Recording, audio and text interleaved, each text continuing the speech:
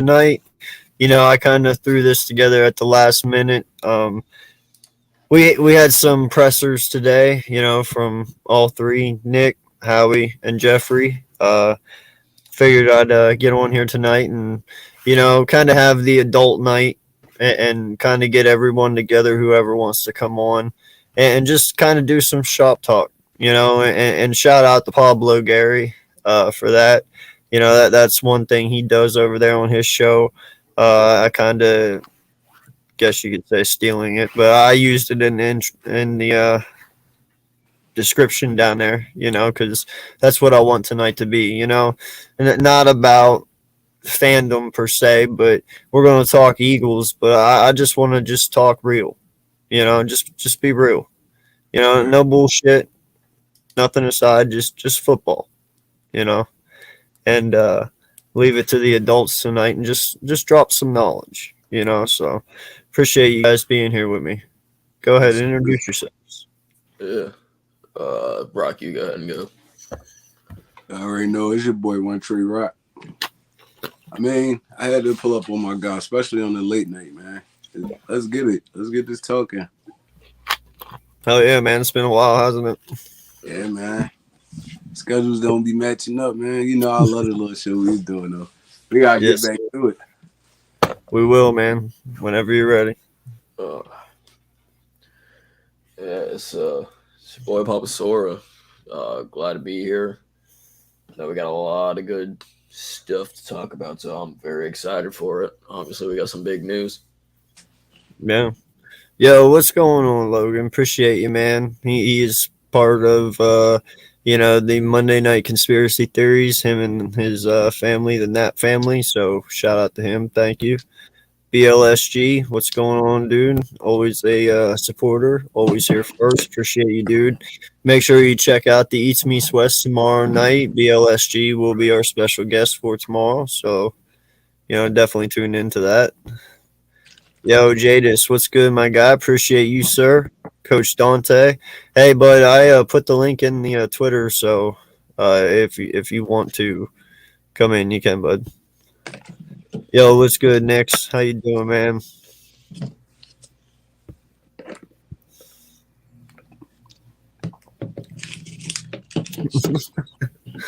Oh, okay. I got you.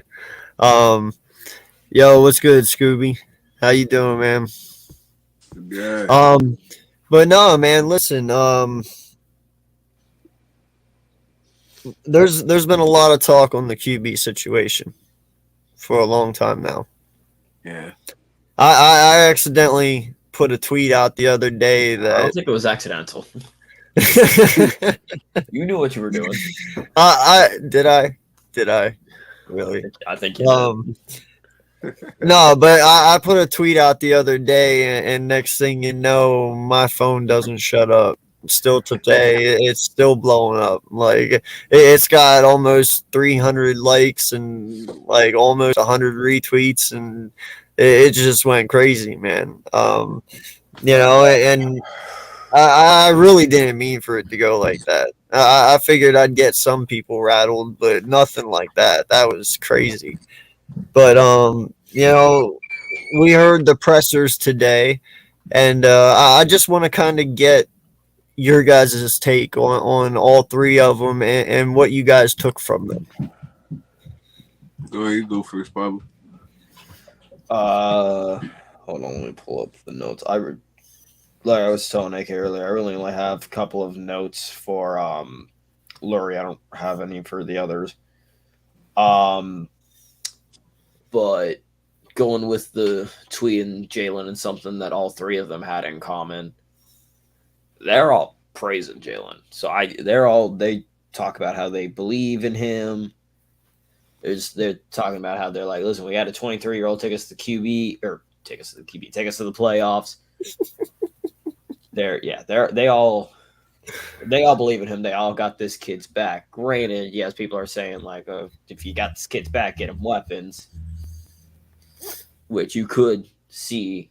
I fully expect a first-round receiver again in the draft. I'm just going to go ahead and say it. I fully expect it. Maybe a trade back into the second for like early second for a George Pickens. But yeah, they do believe in Jalen. They trust his ability. Time will tell. I think one of the biggest ones is Kelly Green coming back in 2023. Yes, sir. That's Big D. exciting. Yes, sir. That I am Yeah. so forward I to am pumped, I bro. love I it, am Kelly so- Green, man. Oh, they're Right? so good. And if they do it right, bro, it could be disgusting. Oh, absolutely. Hey, and did you But, like, also So, hear is that too gonna be about like the a black? main uniform now?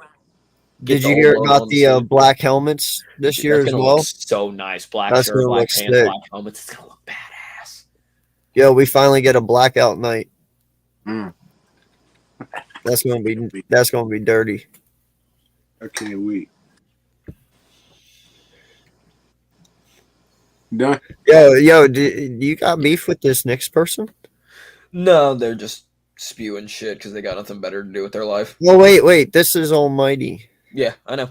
Again, they're Wait, just spewing shit because they ain't got nothing who's better. Almighty? Okay, I got you. My bad, dude. It took me a second to put two and two together. So go ahead, Rock. What did you take away from today? Because I watched all three. So what'd you get, bud? I mean, I really like not with Sirianni, but with like Howie Roseman and Jeffrey Lurie. I take everything they say with a grain of salt because they basically said the same thing with the Carson thing, and then we seen what happened with that. So, I mean, Yep. For me, it's just like they could talk all day, every day. It's just you got to prove it, like putting this football team together. And Howie Roseman and them saying they trusted in Jalen is just, it's like, I mean, y'all want to see this dude succeed, y'all would put weapons around him. And drafting a wide receiver in the first round, I don't feel like that's really helping this dude. It's like, I mean, you're gonna have to string this dude along, just like all the other receivers we got, because they all young. I feel like we needed a veteran presence, but not at the price tag they wanted, because all them dudes got the bag. Allen Robinson got the bag. Christian Kirk, Mike Williams, all of them, they got the bag. We didn't really have that much money to throw around like that. So, Yeah. I mean, I believe what they're saying. It's just, I mean, they got to prove it now. Yeah, no, I agree fully, 100%. But then again, that's kind of in our nature. We've never truly put anything around our quarterbacks that much. Right. I really want that to happen. I felt that they did try at least this year. They were in play for Kirk until the money got big, like you said. We know Howie Roseman's cheap. And he won't pay sometimes for certain positions. And wide receiver is one of them. He's cheap at that position. But, I made the comment the other day, sometimes you just got to take chances. That I know they might be risky. I know they might make you scratch your head and be like, why am I about to do this? But you know what? Look at the Rams. Look at all the chances they took. I mean, they gave up their draft capital for what, 3 years for that team? Yeah. But I'm not saying we got to go to that extent. I'm just saying sometimes you got to go big or go home. I'm not saying that we should have gave away all our capital either, but sometimes you might just have to pay a little more than normal, but that's okay because sometimes maybe the reward outweighs the risk. I agree. It's just to me, it's crazy because, like you said, sometimes you gotta go outside your comfort zone. You got to, and the way it's constructed right now, we here, and a lot of those top tier teams are here. It's like, bro, it's like, I mean, granted, a lot of them are in the AFC, but still, if you make it through this gauntlet in the NFC, you still gonna have to face one of those teams. So why not build your team to where you can compete with these dudes. It's like, I mean, our defense got a little better and stuff like that, but we still lacking on offense. So, I mean, Yeah. and like I said, bringing in a young guy, it'll help. I mean, it'll bring probably a little bit more explosiveness and stuff like that. But when you get to the playoffs, it's all about experience for real. When the last time you seen a team? I mean, probably besides Cincinnati last year that went all the way to the Super Bowl. It take a couple years. I mean, it depends on what they prioritizing for real. Is y'all prioritizing winning, going to the Super Bowl, or is this really like a 3 year, probably 3 year type thing? Because let us know now. Don't say y'all trying to win. Y'all trying to do this and that, and then y'all not showing it with this football team. That's the only thing I'll be getting angry about. Well, I mean, he did say today, like Nick last year took a transition team to the playoffs. So, I don't know exactly what he means by that statement. I mean, are you still in transition? Are in your mind, is that where you sit right now, or is your team still transitioning? Are they still growing? Because when you look at this team, I got to tell you right now, man, I'm not happy. Like, I'm happy on the defensive side, like you said, but offensively, man, right now as it stands, this is the same fucking offense we had last year going in next year. And that depresses me. I mean, yes, you do have Pascal. Okay. I That's understand that. really about But your only change. that's your only change. You know what I mean? Like, come on, man. You got to give me something a little bit more. I, dude, I'm telling you, man.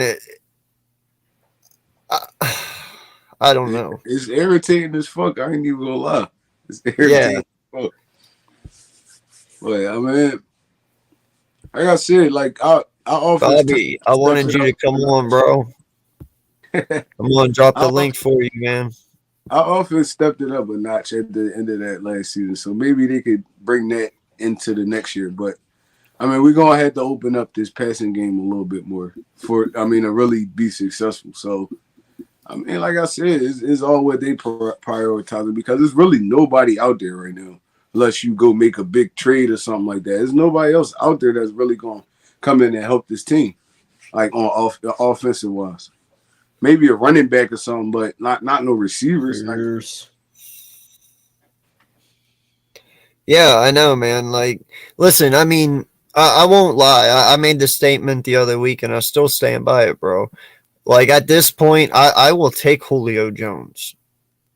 You know, if it comes down to that, if the money is right, I'm not gonna be greedy at this point because wide receiver and the lack of talent that's left over there because all the big guys are gone.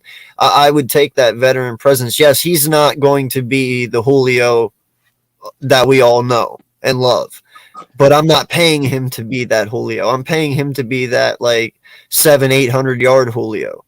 You know what I'm saying? Like, that's what I care about. If he gets 800 yards, hey, that's what 600 more yards than Rager had last year. I'm okay with that. right? You know, so And is he a solid veteran presence? Like he can yeah, help those guys in the receiving room. I wouldn't be opposed to bringing a Julio Jones in, even if he can't play a whole season. He still can even help those Jarvis dudes out. Landry. Jarvis Landry too. The only thing about Jarvis Landry is we got a bunch of slot receivers. We really need some outside dudes for real. The only Yeah. really true outside I dude we can. got is Devontae Smith. Everybody Yeah. else is slot receivers. What's good, Joey? Appreciate you showing up, man. Yeah, I can agree with that. 25th in passing. Sounds like Sirianni wants another weapon. Do not sign a free agent wide receiver unless it's a good trade. I agree, man. Hey, if you got time, I want to jump on for a little bit, bro. You're more than welcome. You know that.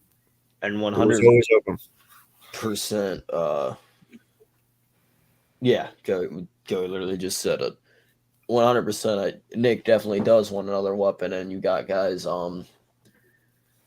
Let's say you even got guys like Garrett Wilson talking about how he'd love to pair up with Devontae Smith.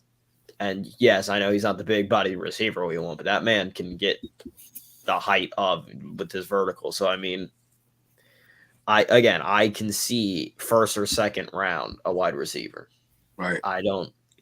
It would not surprise me. I think that's the O-line you can go, or O-line. I think that's the offense you can go, or offensive pick you can go with there. Facts. I agree. I wouldn't be mad either. Shit. You definitely need some help on that offensive side. Yeah. No, I mean 15 and 16 can be your defense. You know, that can be your edge guy. Hopefully it's an edge guy. You know, I don't know exactly, but I would do it. If it was me, I would go edge. You know, I still would. I don't care if you signed Barnett or not. I'm still going edge because hopefully next year you can just kind of, you know, drop Barnett, get him out. Yeah, and then like I said, 16 I'm going Davis, and then 19, and then 19 you can go wide receiver. I'd be okay with that. I'm not mad. That's even in the second round. There's still gonna be some solid wide receivers though. Oh yeah, you got Christian Watson. You get in the second, which I'd be okay with that. You got Justin Ross. There's a lot of dudes you could go grab. Yeah, Justin Ross is really good. That is your traditional X receiver right there. Beast. He a beast when he's healthy. I mean, he got injured his last season, but I mean his first 2 years with Trevor Lawrence, he was going off. It was last season. I thought it was 2 seasons. That's a very good question. I have no idea, man. I've not looked that far ahead. I've been just into this, but I have no idea, to be honest. I will say one thing to look at for 15, possible trade up. Apparently Hamilton's fallen down a lot of people's draft boards. I've been noticing that. His combine was horrible. His combine and his pro day wasn't the best, but at the end of the day, you look at what he puts on that field. He's a football player at the end of the day. He's a football player at the end of the day. One day, 1 week, whatever. I don't care about his combine. If that's what's going to make him fall, that's what's going to make him fall. If Hamilton is there and if I can trade up, just have to jump a couple of spots up to get him, done. Boom. There's my safety for the future. For years to come. That's my free safety right there. Yeah, no, I 100% agree with this statement right here. I mean, that's pretty much what I was thinking too. You know, defensive end at DT at 15 and 16. Like I said, if you really wanted to go, say it was just somebody you could not pass up at 19, Joey. That's all I'm saying. I don't know who that would be, but put a wide receiver out there that at 19 you just would be like, wow, he's really there. Just take him. But other than that, then yeah, at 19, best available defensive player, and then second round go Christian Watson. 100% agree, because I've already said it live, and I'll say it again. I believe Christian Watson will be the best wide receiver out of this entire draft. In the long run, career-wise, I do believe that, man. It depends on where he land, though, to be honest. It depends on where he land. It does, yeah. I don't know. I really like, which pains me since he's a Georgia player. George Pickens, that's a beast, man. That's a tall dude, and that's a fast dude. That is your younger Julio, in my opinion. Listen, I'm not disrespecting any of these other guys. Oh, no, I just really like what the kid puts on the table. You know, But you gotta watch these. You gotta watch these small school dudes, man. Yeah, you gotta watch them. Like, sometimes it's a good thing, though. The only one I really seen come out and really be dominant, like I thought they was gonna be, is Cooper Kupp, for real. Yeah. All the rest of them dudes washed out of the league, for real. So you gotta watch those small schools. Like it's a little tricky. Some dudes got it, but some dudes don't. You get me? So I mean, now you stick with Christian Watson with Pat Mahomes or something like that. Maybe he'll live up to that. But he's all different situations. So, bro. Yeah, with 19, I would, if you're looking at Christian Watson, that's a guy I would trade back for. Just a little bit, not out of the first, but if I can get a couple extra picks or whatever, another third, fourth, whatever, or something next year, trade back a little bit, then I take Watson. But at 19, I absolutely would. I would take Pickens at 19. Because yes, and to Dante's point, if he didn't have that ACL, he would have been like what's it? He would have been like the, if not the top receiver in the class. But even with the ACL, he came back and he won a national championship with his team. Right. And he still put up good yardage, and he only played like 3-4 games. But and you Hey, gotta listen, look at if we would get Pickens, you're not going to hear me, bitch. Yeah, because I mean, I'm telling you, you won't. But you have both height and speed with Pickens. and then he got the attitude though. yo, what's good, Joey? Appreciate you, my guy. What's going on, dude? What's going on, guys? People don't understand though that attitude and that swagger that is different in the NFL. It's like it's different, bro. Like that's an NFL wide receiver right there. George Pickens. You ever watch this dude? He played since his freshman year. Talking all the trash in the world, and he backed it up. I love wide receivers like that. Receivers like that. Yeah. True. No, and you know that's kind of what I was talking about Watson, man. Like he has that dog mentality. I know a lot of us kind of frown about that on North Dakota State now because that's where Carson came from. But you know, listen, this kid, he's I understand he comes from a small school, but he's still dominant in his own way. You know, I mean, he's a physical presence. At 6'4", he runs a 4.28. I think is what it came out to be on his 40. You know, he's got great body control. He's got great presence on the sideline. He's good at toe tapping. He's got that toe drag swag. You know, he's great after contact. Dude, the kid's just all around a beast. You know, and you're right. If he goes to the right team, shit, I don't know. He could be really good. What's up, Joey? What's going on? I'm just listening. I'll let you guys go. Let you guys duke it out, you know? Screw about here. No, we're not duking it out. We're just talking bullshit. No, I know. In the second, I don't think he makes it to 51 though, or wherever we pick in the second. I don't think he definitely could get him in the second, but it's gonna be high. It's gonna be high second. I don't think he'll make it past 40. Yeah, it's gonna be high second. He might not even make it past the first round, to be honest. That's what I'm saying. He could literally be in that 30 range. Yeah, he might not. That would be like the Chiefs. I would look at the Chiefs to get Pickens. Oh yeah, that's definitely a Chiefs type pick. I want the Eagles to get him, to be honest. That's what I'm saying, bro. I would trade back if you're going. Listen, we're gonna go with either Watson or Pickens. Then I feel like you trade back for that. And to stay with Ojabo, I wouldn't take him in the second round. The earliest I'm taking that man is 4th if he's there, which I think he could be. Yeah. Ain't that crazy though? Ain't that crazy? Dude, like really just had the world in his hands. That one little injury just. Well, the thing is, like, if he's there in the 4th, absolutely I'll take him, and I'm in no rush to play him. Take a year off, get healthy, learn under BG, learn under Josh Sweat, learn under Hassan. That's the same thing I said about Jameson Williams. He probably not gonna play this season either, but I'll still take him. To be honest, you get him in like the 3rd round, probably late 2nd or something. I'll take him. I'll take a chance, especially if you're a team that already got like a solid wide receiver core. Now he can sit out a whole season. I mean, you could just reload the next season, bring him in. Listen, I understand what people say about Ojabo. I fell in love with the kid too. I mean, he's a raw talent. You know, I mean, this kid hasn't been playing that long, and you see what he's already done. Rock, me and you discussed it before. He's got a knack at getting at the ball and jarring it loose. You know, oh, absolutely. He doesn't. He's amazing. He's got amazing hands. He's very powerful, but he's very raw. He's not fully developed. So you see the potential in what he can be, but you got to also wonder how much of oh crap, I lost his name. The guy across from Hutchinson. How much Hutchinson helped him?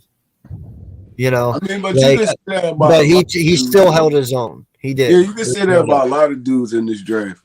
You could. I mean, if you look at like the pass rushers in this draft, they always had all of them had a partner in crime, and they all gonna go semi high. So you can say that about any pass rusher in this draft for real. There's always was one A, one B, and they both was good. So, I mean, he probably helped him out, but in the NFL, you're gonna have a lot of dudes helping you out too. So, I mean, it ain't gonna be super hard to transition. AK, who's your edge rusher in this draft right now? If you're picking 15, 16. Well, now that Jabo's off the table, man, because he definitely was my go-to. Oh, yeah. It's going to have to be like Karlaftis or Johnson at this point. Hopefully, if one of them are there. Wyatt? Devin Wyatt? Or is he's edge, right? Or is it Walker? Both. I mean, he can move. He can be both, but he's more DT. Yeah, or is it Walker? Walker, I think it is. Walker gets me nervous because he only had 6 sacks with that defensive line. Yeah. That kind of got me a little nervous. Like his combine was really good. But I think we say that, but we also look at Jordan Davis, who had like 1.5 sacks. But even then, everybody here absolutely would take him. Right. I don't even care about the sack numbers though. I don't even care about the sack numbers with Davis. It's his lack of run stop, or he it's not his lack. It's he's great at run stopping. Like he controls the middle. His presence is dominant. Right. Like that's what makes him great. I don't need sacks. If he comes out and they only have like 25 yards rushing a game because he stops them, I'm okay with paying him because that's what we pay him to do. You know what I'm saying? So I'm okay with that. But Edge just really. What's that? I say even with that though, AK, you gonna pay this dude to be a first and second down player? It's like, I know he's big, physical, he can control the middle or whatever, but I mean it's other stuff that come with being that number one D tackle too though. You're gonna have to get to the quarterback. Like eventually you're gonna have to get to at least what's a good year for a D tackle in sacks? But like 5 to 7, like something like that in that area. He give you 1.5 sacks. He's just a run stopper at this point. So, I mean, but you get into the NFL, you can work on stuff like that. But I'm not saying that he won't produce sacks. Okay, I'm not saying that. I mean, say you could get 8 out of him a year. Would that be acceptable to you? I love 8. I love 8. Okay, so and I think that's actually quite reasonable for Jordan Davis. I believe he could get 8 sacks a year quite easily. Well, Davis might be lined up next to Javon Hargrave because I don't think they're letting both defensive tackles go next year. Fletch is definitely out the door. I think Hargrave is a re-signed candidate for next year. You put Davis next to Hargrave, you could have something really unstoppable. Right? Exactly, and then you rotate Williams in. And if Williams pans out to be what we all think he's going to be, dude, that's 3 amazing DTs. Yeah. Good luck. Oh, Milton. Okay, yeah. Wrong with that. And then you have Ridgeway on one, or Riddick on one side, and then hopefully BG's still BG here for the next little bit, and then whoever we pick up in the future, dude, this D line could be set for the next 7 years, easy. Especially if you get a guy like a Jordan Davis. You want to talk about Hutchinson? Get Ojabo with Davis. If Ojabo's there in like 4th or something like that, like because of his injury. Rest of the year, next year, you're looking at Davis taking everything, and Ojabo's going like, "Ooh, free lane. Let me just walk my way over there." It's just a plus at the end of the day to get him. If you can get him in the 3rd, 4th round, I mean, you can get Davis or Ojabo, absolutely. I'd pick him Davis up. and Ojabo, absolutely. So Joey, I gotta ask you, man, because a lot of shit has happened since the last time you were on here, man. Right. And I always appreciate you hopping on here. I said it earlier. You look at this team. I like what we did defensively. The Kaiser White that was sneaky good. I think that might actually be a little bit of a steal. But horror movies. And then you get Riddick, and he took one hell of a pay cut and deal for us, and I respect the man for that. You bring back Harris, but this offense, man, has not changed except for Pascal. How's that make you feel, dude? Well, I don't know. I'm kind of like 50-50 on it because now it's like, well, before I seen these 2 press conferences in Florida from Howie and Nick now. I think before, they're not building around Jalen Hurts. I feel like they don't want to build around him, that he's not going to be the future. And like, are they okay with this receiver core? Are they set in stone with it? So I figured that they're going after a quarterback. As of right now, after these press conferences, I didn't really have much to complain about. Obviously, you have to worry about smoke screens, but to be honest with you, like, I think they're actually trying to find pieces. I think we have to think last year, and we were correct on this. Last year, we locked in a whole bunch of players. That was a part of our free agency with Mulata and Maddox, and getting Dallas Goedert, big contracts. You know what I mean? So you lock those guys in, and that's a part of those extensions will count for the end of this year. So. As of right now, I think they are trying to find the pieces that they need. That's why they didn't go and get free. They passed up on a lot of receivers. I know they tried trading for Calvin Ridley. They tried going for Marcus Williams. They couldn't get the number that they wanted. So I think right now, Howie Roseman said something which I was like, whoa. I was like, is this Howie Roseman? He said like he doesn't want to, he wants to sign draft picks that aren't going to be redshirt their first year. And I'm sitting there and I'm like, well, obviously, like we did it with a few players already. So it's like, you know what I mean? You don't want to do that. So he didn't want to go out and spend all this money right now. If you think about Carson Wentz in 2016 going into 2017, the Super Bowl year, Howie Roseman, got out of the boiler room and he signed all these players around with Corey Smith and Alshon Jeffrey, getting LeGarrette Blount, Jay Ajayi down the road.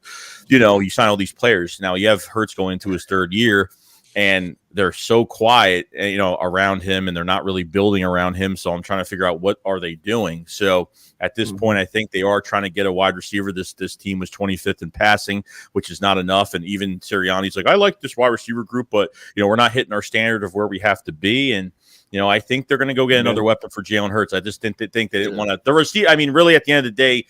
The receiver market, 5 years ago was, 40, 50 million fully guaranteed. Those were big contracts. Now in the future, you're paying 70 to 90 million a year for receivers, over $30 million. That's the market you're going to have to pay the top receivers, and the Eagles just can't afford it.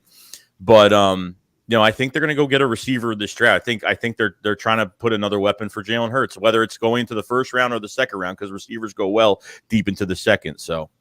I'm starting to see that, I think Hurts is the quarterback this year. That's what I'm getting from this so far. So yeah.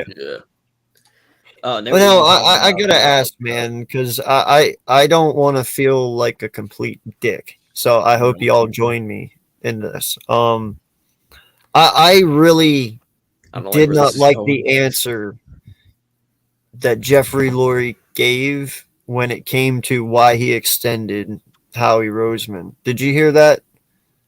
Like it? I don't think so.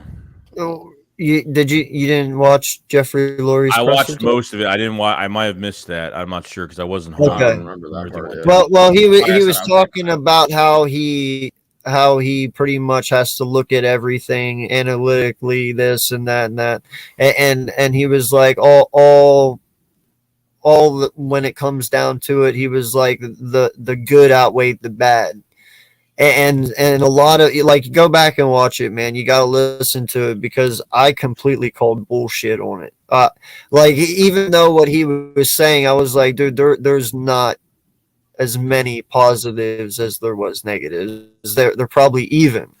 I get it. We could have way worse than Howie Roseman. I mean, look at the Giants, look at the Browns over the years, the Jets, blah blah blah. But you can't tell me that we all can't be progressive and do better. You know what I mean? What I heard was he hasn't been in the. I guess Jeffrey Lurie hasn't been in the. I guess the war room of making some of these picks as of recent. That he hasn't done it in a long time. So I mean, I guess I don't know if that's the truth, but maybe it is. So I mean, that's what I heard today. But that's about it. I mean, that's about it. Yeah, no, I heard that too. I was actually impressed by whoever asked that question, because I didn't know how he would take it, but he handled it pretty well. And he pretty much said, no, I don't feel like I am, hands-on. In fact, he's like, I asked myself that. They were all acting weird today. I gotta say, it really wasn't the normal Howie / Jeffrey thing. You know what I mean?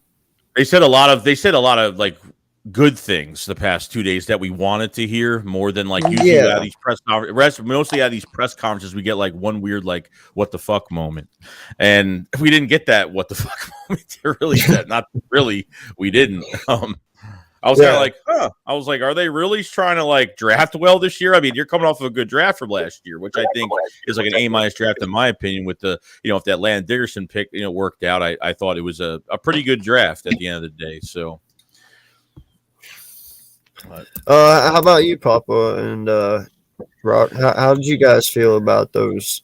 Did you guys see what I was talking about? And if so, like, do you kind of call bullshit a little bit?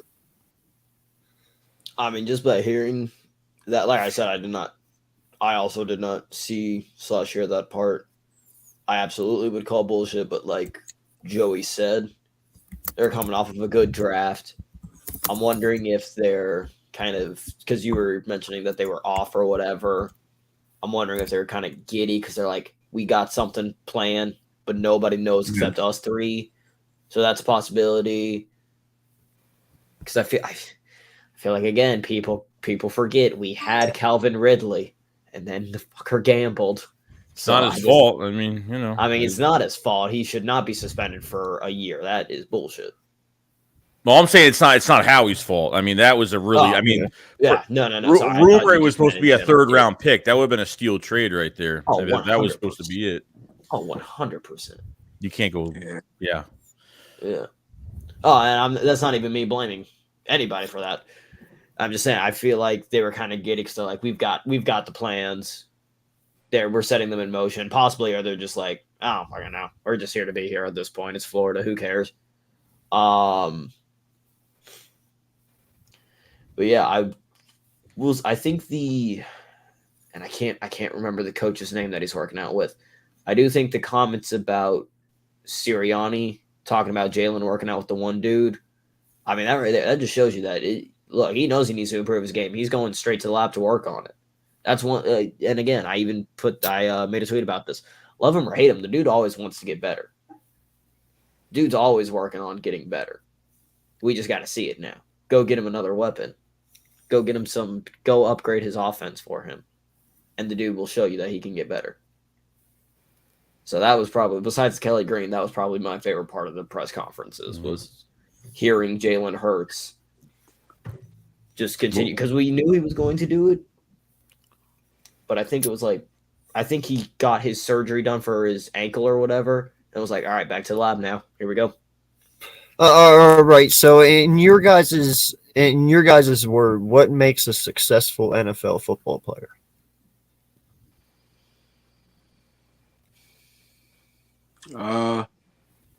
Never satisfied. I would say progression. To be honest, is like, I mean, are you better than you was the year before? I mean, everybody not gonna be a superstar. It's just like, dang, it's just consistency. I mean, your work ethic. Is you putting out good product on the field? It's that simple. It's like, I mean, your job is to play football, so I don't understand why it would be a reason that you're not getting better every year. I mean, if you training with a dude and you don't feel like he's giving you the best, you got the money, go get another dude. I mean, it's just, I don't know, it's just progression. I mean, it's just being consistent. I mean, putting good product out on the field and helping your team win. That's a successful NFL player. Okay, what's your chemical makeup have to be?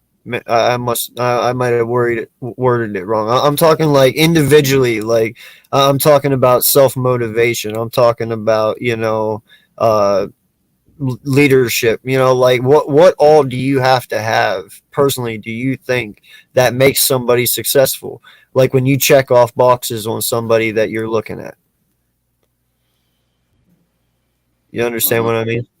No, I get what you're saying. It's just that's a loaded kind of question. So yeah, it is. It's like you could be a Randy Moss or you could be a Larry Fitzgerald.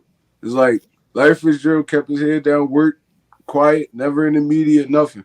Or you could be a Randy Moss. Randy Moss was more of a, I mean, he really wasn't trying to be, but he's more of a flashy dude. He always is in the media, stuff like that. So there's different ways to be a successful NFL player, period. it's more than one way to skin a cat. So that's a loaded question. Yeah, AK. Well, not really, because you answered it. It's pretty much determination, desire, will. You know, you never back down from a situation. The moment you step out on that field, you automatically say you're number one. You're the best out there. No one else can beat you. You know, and you work at your craft each and every day, and you're dedicated to it. You live it, you breathe it, you love it. You know, that's pretty much what you're saying. And if you look at all of the things I just said, that's pretty much our QB in a nutshell. Like, you know, go ahead, bud. Go ahead. You know, I'm saying even like on IG today, okay, so like Rager put up all these he put up all these, like, I think it was pictures and some videos of him working out and stuff, and he just totally dismissed his comment section. Just I don't get what this guy, I don't know what this guy's doing or what he's thinking half the time. Like, I don't get why you want to show the public how hard you're working, but he just can't take the criticism. And I mean, I can't wait, because I think with bringing Zach Pascal already in the building, I think JJ is already kind of on the bubble right now of the roster. And if you bring in another receiver between the first and second round, I think it's just going to move. I don't think it's going to take Rager out, but I think it's just going to move him down on the depth chart a little bit. And I feel like he's already with Pascal. I feel like he's 4 now at this point. I feel like Greg Ward should be overrated, to be honest.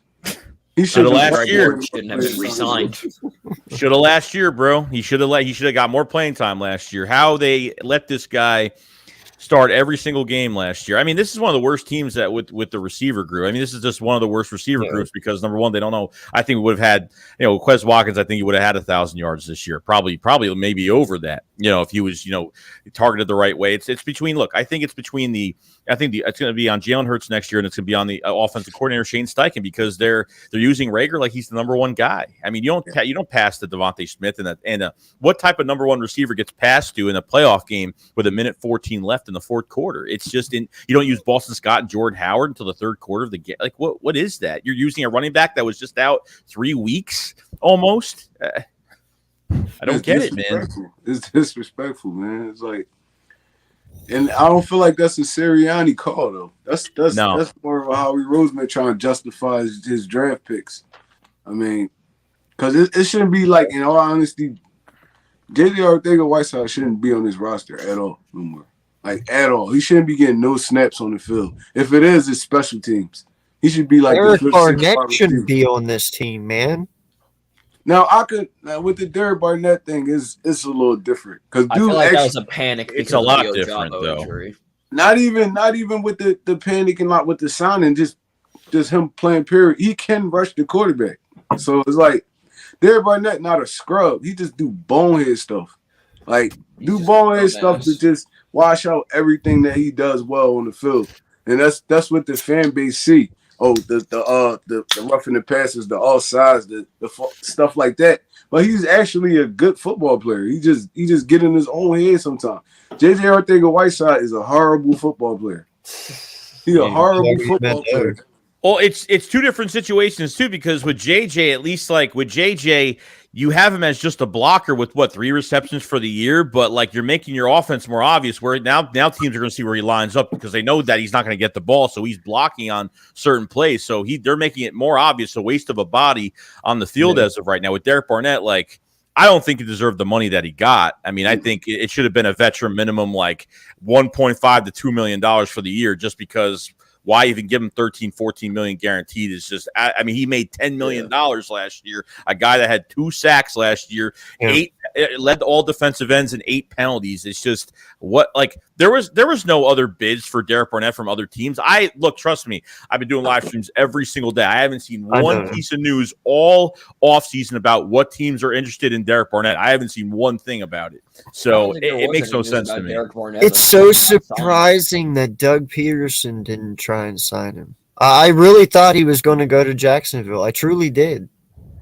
I thought if he had any chance, that'd be where he would go. No, I mean, like, if you've seen that, that's just not being a smart GM, though. Because you could have lowballed this dude, because nobody wanted him at the price tag he was trying to get in free agency. So, I mean, but if you look at that contract, it's really a 1-year contract. So Yeah, it is theoretically. yeah, it's a 1-year contract, and they could dump the dude at the end of the season. But I mean, I agree they gave him a little bit too much money. But like I said, Derek Barnett is not a horrible football player. He just do dumb stuff. He do dumb stuff. I feel like Barnett would not get as much hate if it wasn't on third downs. Yeah. Right. Yeah. Half of the shit he did was not on third downs. I feel like he wouldn't get as much hate.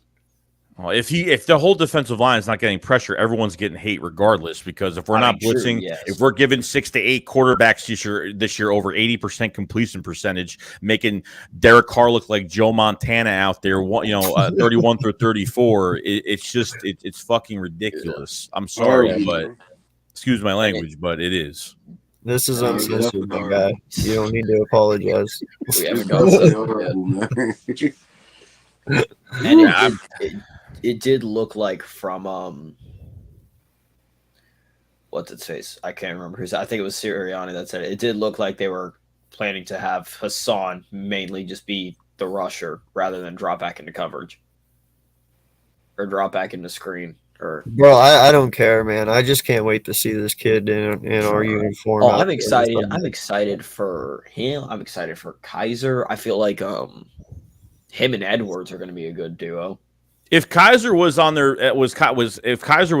board pretty much like right from the get-go with free agency, right from the start, what it sounds like, then I don't know why he didn't stay with the Chargers. The Chargers wanted him back, and maybe he wanted to make his mark somewhere else. Obviously the Eagles are his favorite football team. He talked about his favorite moment was the Snow Bowl game between the Lions and the Eagles. So I mean, he's a big Eagles fan. A lot of these players are big Eagles fans right now. Yeah, he's from Philly though. Yeah. I didn't know that for a while. Every player we signed has been from Philly. Pascal was, Hassan, and then Kaiser.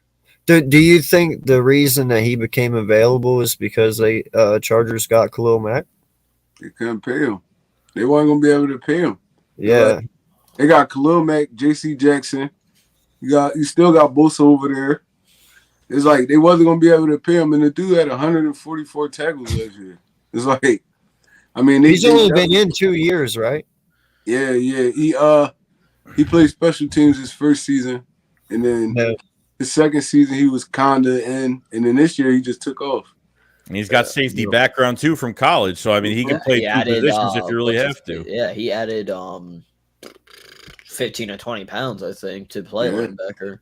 So either he wanted a bigger contract with the Chargers, and then as the days went on, every day that goes by in free agency, his obviously his worth is going to be a lot lower than it is because only 1 year for $5 million, which I think it was a good price anyway. So I think he just wants to make his mark in another place, and I think that's what he wants to do. But I thought it was a sneaky, really good signing. I really do.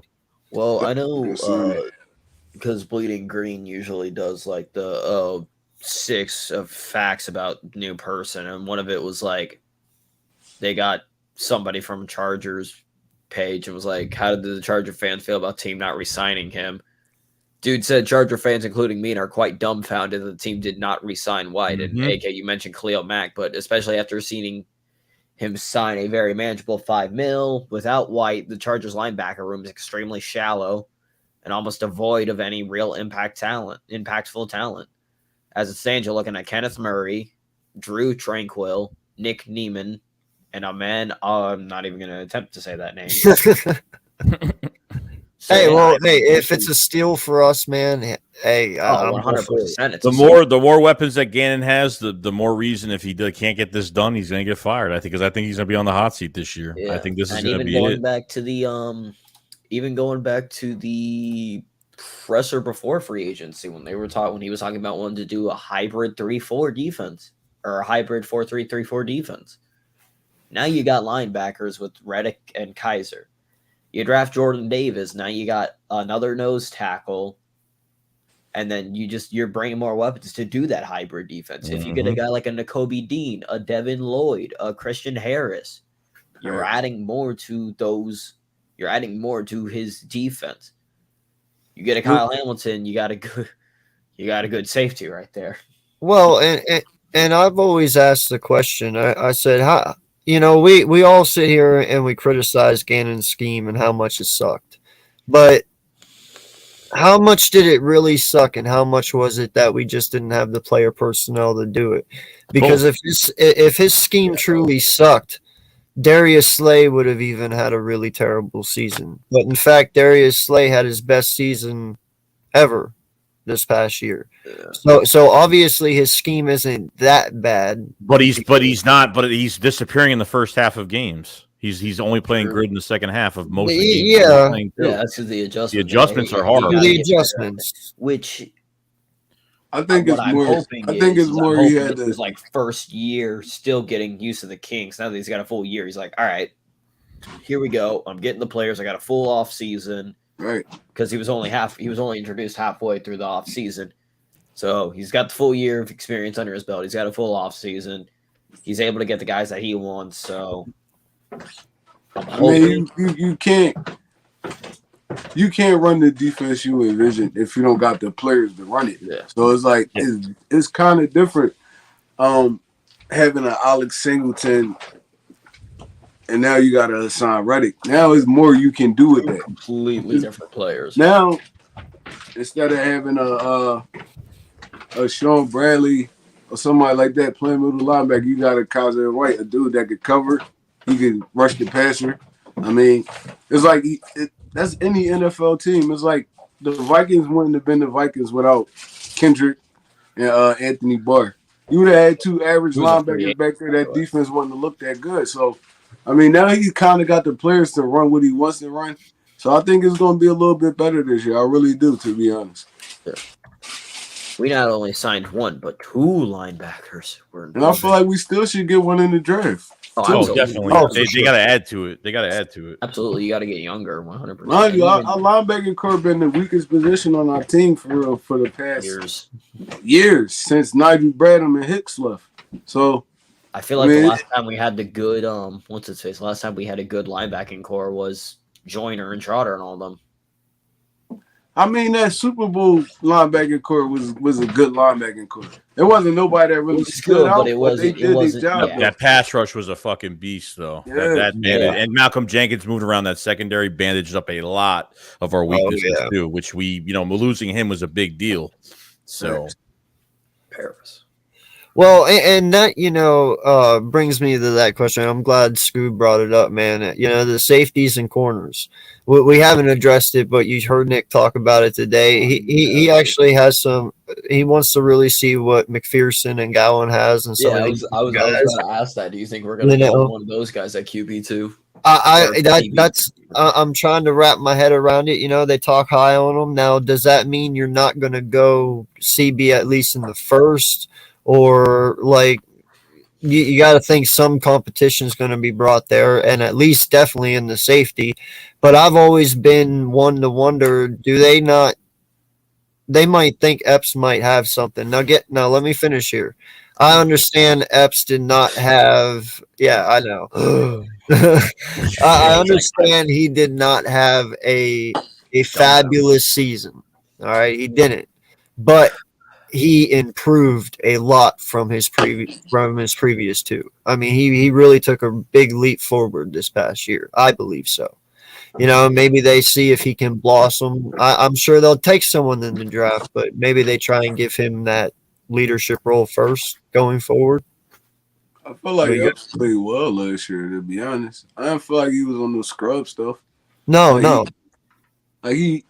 I seen the dude make hella plays last year. I mean, I wouldn't even say he had a bad year. I thought he had a pretty good year. I feel like he had a good year too, to be honest. Like I thought he words are hard right now. Yeah, I 100% thought he improved. I thought whenever he played, he made a big impact on the field. I can't really remember. Yeah.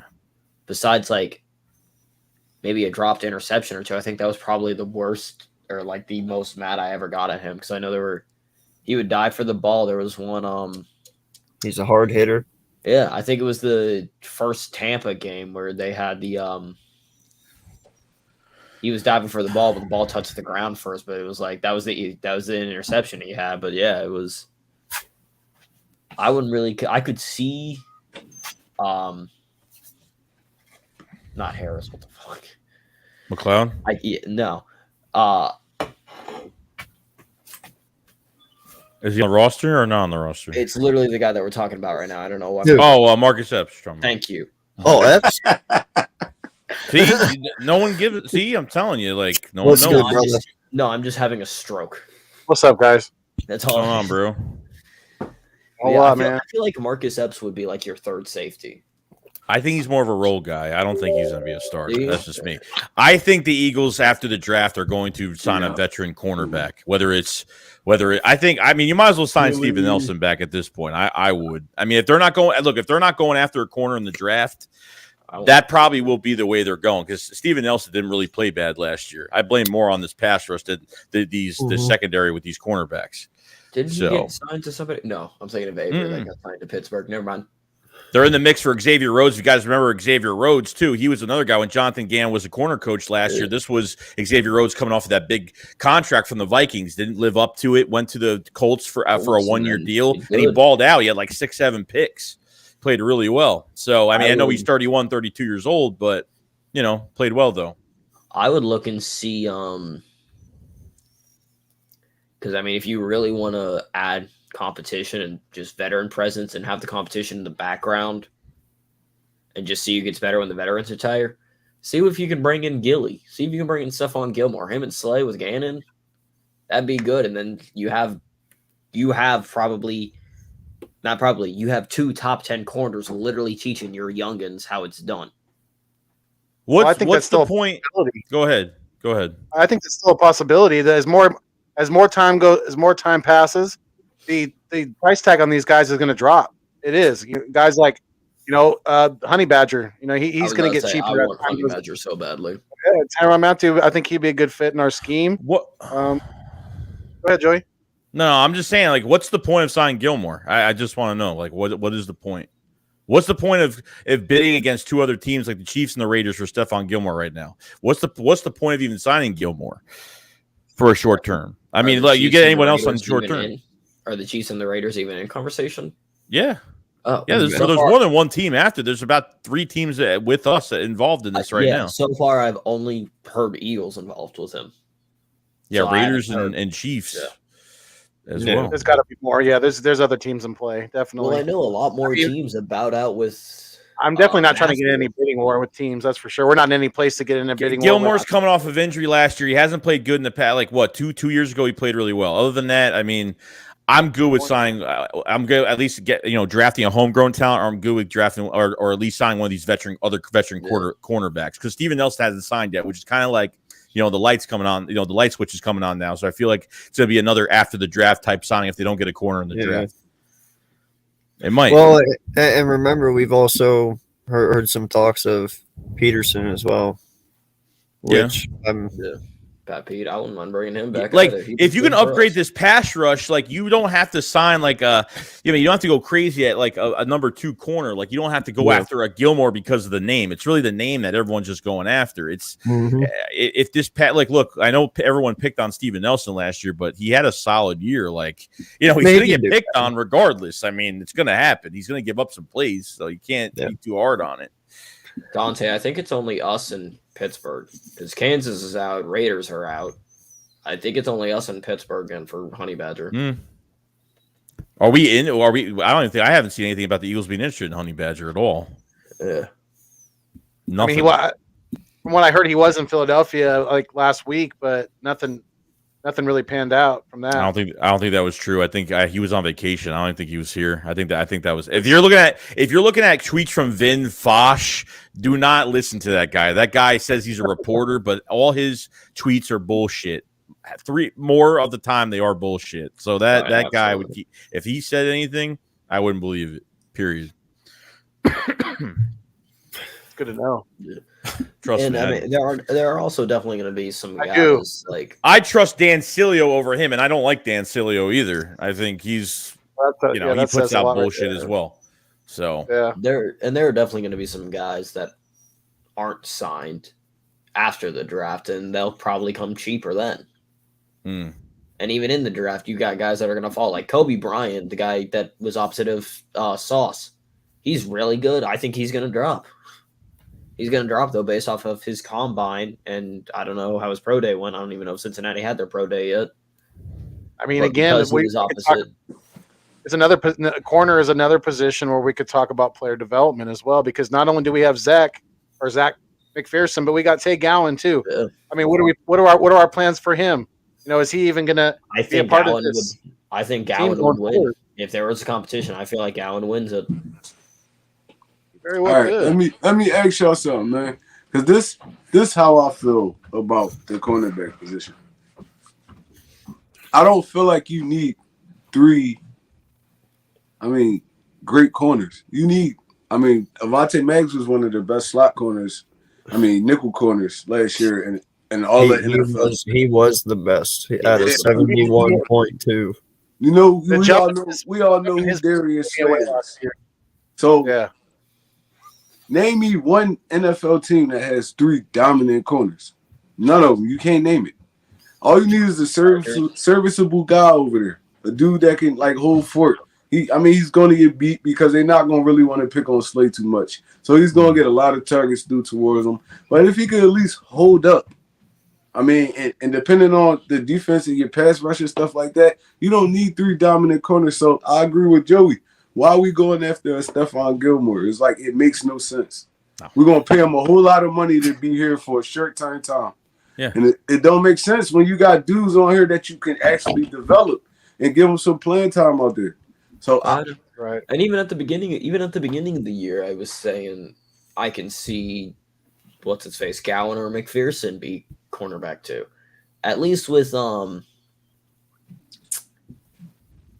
Gowan and even Zach, I think. But with Gowan, what I like about him over Nelson, he at least stays hip to hip with this guy. He might get beat, but at least he'll stay hip to hip with him. Well, and here's the thing, man. This is the way I'm looking at the CB2 right now for our team. You know, I will take a Gowan or McPherson right now because you know what? These guys are going to try and play hard. You know, they haven't gotten paid yet. You know, McPherson's fast, Gowan's fast. You know, if they're physical corners, I'm okay with that. You know what? Yeah, they might sometimes get flagged, but these guys are going to be aggressive. They're going to make these corners work for it. You know, I'm okay with that. So I feel we need more aggressive corners. I don't know about you guys, but we need that up in your face corner across from Darius Slay, I believe. I don't know about y'all, but It's the perfect draft where you could sign you could draft a receiver in the first, second round, whatever it's going to be. To have that mentor in big play Slay to be here and mentor a guy that's drafted in the first or second round is the perfect spot for any corner to be in, to be mentored by one of the best. And I think, we've heard that, Sauce came in for a pre-draft visit. I don't know who else they're interested in, but if they get past the Giants, which I don't know why the Giants would take a corner. I know that Bradbury's going to get traded any day soon, but I feel like Sauce would go to the Jets. Yeah, either or. I think he'll be gone. But I heard from Baldinger today. Well, earlier today, he put a video out on NFL Network, and he said he doesn't blame if the Eagles took a chance on they take a chance on players that were injured. They take a lot of chances on guys like he said if Derek Stingley's there at 15, they're probably going to take him. And I could definitely see that happening. I don't know. I'm not a big fan of it because he hasn't really done much since his freshman year. And absolutely not. I would not touch Derek Stingley. LSU's pro day is on the 6th of April, so we're going to find out on his pro day what he's going to be doing. And but Derek Stingley is pretty much telling all these teams, like, you pass up on me, you're gonna pay for it. He's trying to keep his draft stock, his draft stock up, and he's trying to. He's only played 2 years. That's what I'm saying, but I don't know. It's too much of a risk in the first round to draft Derek Stingley at 15. I'm not a fan of it. I would much rather, yes, Sauce obviously is number one. Number two to me, because I don't think you can get Sauce. Number two to me, and I think one of the best cornerbacks is going to be Kyrie Lam, and that's not even me being biased because he's a Gator, but Kyrie Lam. Yeah, it is. That's a guy that stays hip to hip. That's a guy physical, that's vertical. He's physical. Yes, he's a physical receiver. He was, and what's its face? Scoop was saying with Hill and Waddle, you better get some DBs. He locked up Mechie. He locked up Williamson. He locked up those two Alabama receivers. Those guys are fast. He locked up Pickens last year. He didn't lock up Pickens this year because Pickens didn't play this year. Well, and I want you guys to realize something too, and I've said it. And he stays physical. And Florida had their pro day today. Go on, AK. I'm going to pull up the pro day shit. Oh no, I think I'm lagging a little bit, so I thought you were done. My bad. It's not me this time. It's not you. You cut me but- off. No, I think keeping Slay around also helps us develop our wide receivers as well. You know, I think he's going to be a very big key to helping progress our wide receiver core. You know, he's going to be able to help them develop and run better routes, being the veteran that he is, not just only with our CBs like you guys were talking about. He's a very big asset to this team, offensively and defensively.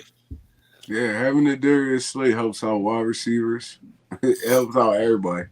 I mean, you're going against one of the best every practice. It's like you're going to get better regardless. I don't know what the hell happened to Rieger. Maybe they need to start sticking him over there a little bit more. But, I mean, yeah, like a lot of teams don't have that kind of presence on their team. That's the whole point I brought up the wide receiver thing. It's like, imagine, running routes with Julio Jones every day.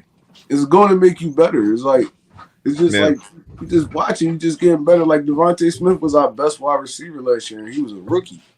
It's like that's hard on any rookie to come in. Now you're seeing double teams, coverages rolled to you, and you got nobody else to really take that attention away from you. That's hard.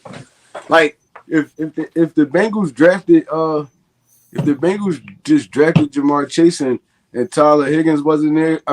Higgins wasn't there. Boyd wasn't there. I don't feel like he would have been as good as he was this year because they would have been double teaming him. Justin Jefferson, he came in with an Adam Thielen there. It's like, it's like the NFL is a little bit different than college. It's like you definitely got to have that guy there with you. Randy Moss, Chris Carter was there. He took a whole lot of pressure off of him. It's like nobody just got great by themselves. There's always somebody to help you. There's always with somebody to help you. So, I mean, the Eagles really need to bring in a few more veterans. I feel, in all honesty, is like this receiver core never gonna get better because all these dudes are around the same age. You don't have no veterans in there. Even Dallas Goedert. Dallas Goedert's still young. He learned under Zach Ertz. So it's like, bro, I feel like we need that veteran presence in here. True. I want a former wide receiver as our wide receiver coach. I don't care who we get, but I think we need a new wide receiver coach. How do you guys feel about that? I don't think they're changing any of the coach. See, we've been talking about players. We're like so into everything else that's going on. They haven't changed one coach on this coaching staff because I think it's another thing. Jalen Hurts is staying here. They're not changing anything offensively. They're giving this one more shot, and then I think changes will be made after this year. I think that's part of it. Aaron Moore is part of the other. Obviously with Doug Peterson. So I don't really know how much you factor in a wide receiver coach into everything, but. The wide receiver coach isn't bringing drafting the players. Okay. He's given what he's given. And that's it. Like no one's going to be like Jeff Stoutland. You know what I mean? That's just a different story, but it is what it is. Yes. We have been very spoiled with Jeff Stoutland. That's for sure. Sure. We've been very, very lucky and spoiled by that. Yeah. Great. Coach you got to look at the running back position too. Like I'm not even thinking about an extension for Miles Sanders yet. With this offensive line the way it is right now and how much better it's going to get, I don't even believe in paying running backs anymore. Like you see, like what Zeke's getting paid. Zeke's getting paid $18 million for what to run 4 yards a carry. I mean, it's just ridiculous. That's why I'm drafting Dameon Pierce. That's your power back. Man. Ooh. You got Kenneth. How many touchdowns did Kenneth Gainwell have last year? I think 3. 6. More than Miles. Oh, yeah, no, it was 6, wasn't it? Like 6. It was like 6 or 8. It was 6 to 8 touchdowns, something like that. Yeah, he almost hit double digits. Yeah, dude. Yeah, close. I'd keep drafting running backs mid-round, bro. This year too, I do the same thing. Joey, I've said it multiple times, bro. Those guys, I will take a running back in every draft. I like having the 1-2 punch. I'm a big firm believer in having multiple halfbacks, and there's nothing wrong with taking a halfback every year. Nothing wrong with it. Yeah. To answer this question from Jerry Lee, who's the biggest ass hat on the team? Definitely Derek Barnett, by far.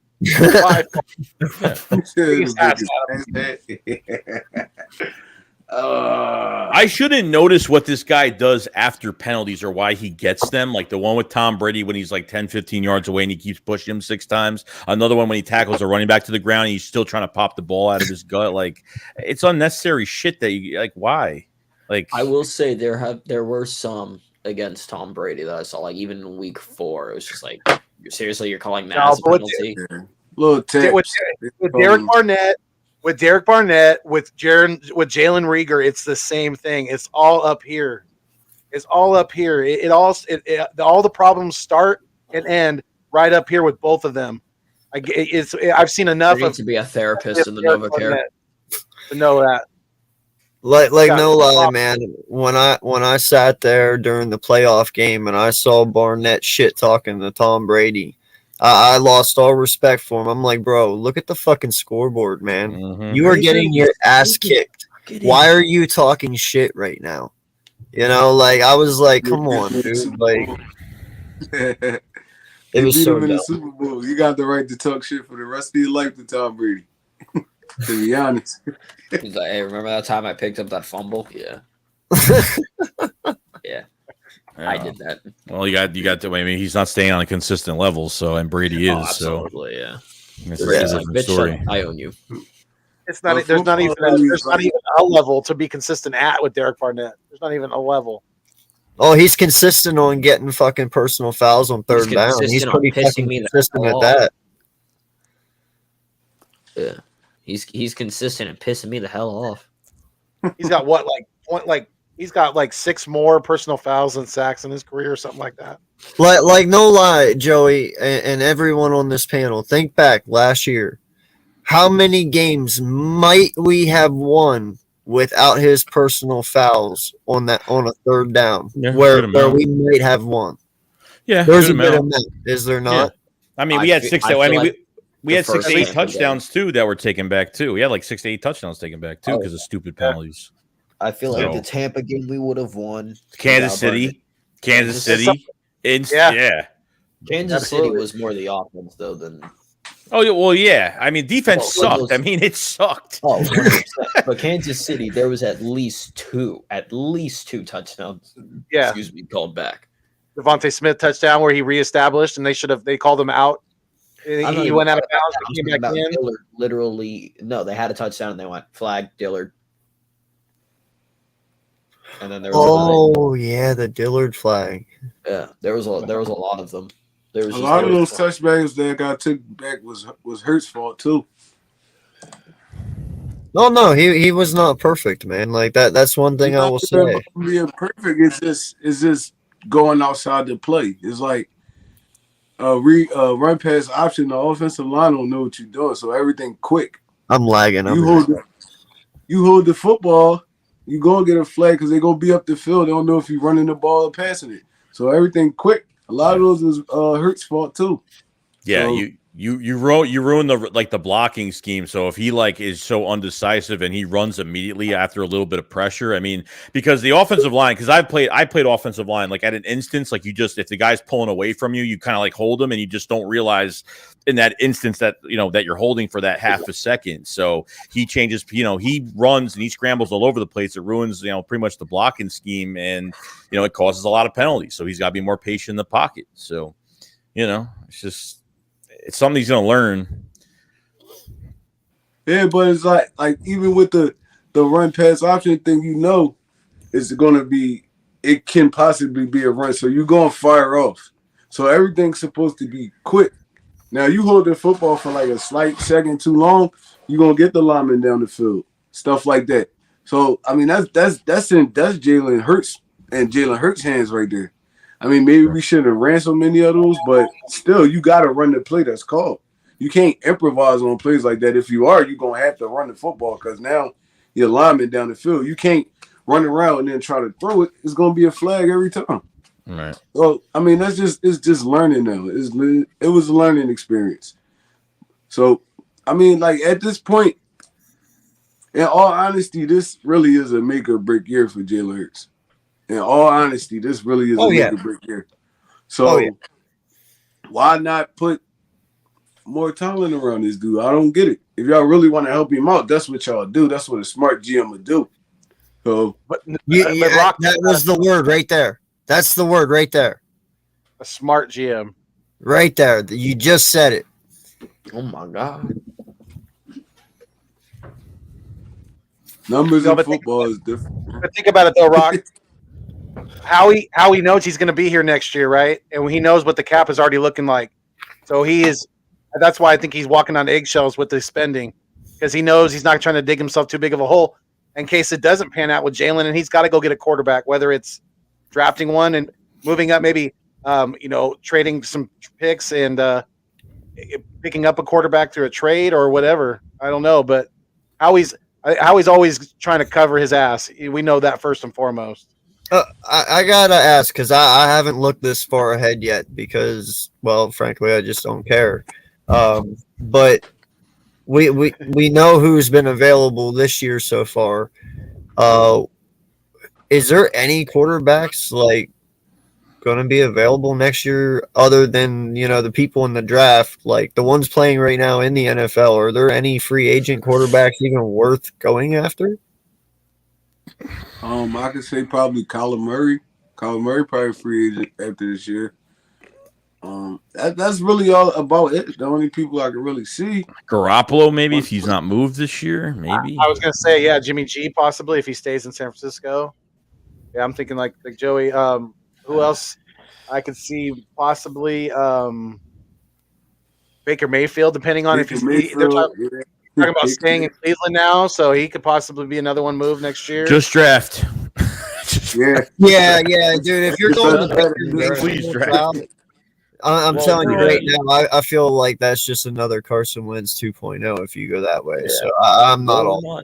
We're not going to be in like cap hell next year. We're not even under the cap. We're still over the cap next year. But next year we'll have like no money to spend. You'll probably be lucky to get one guy in free agency.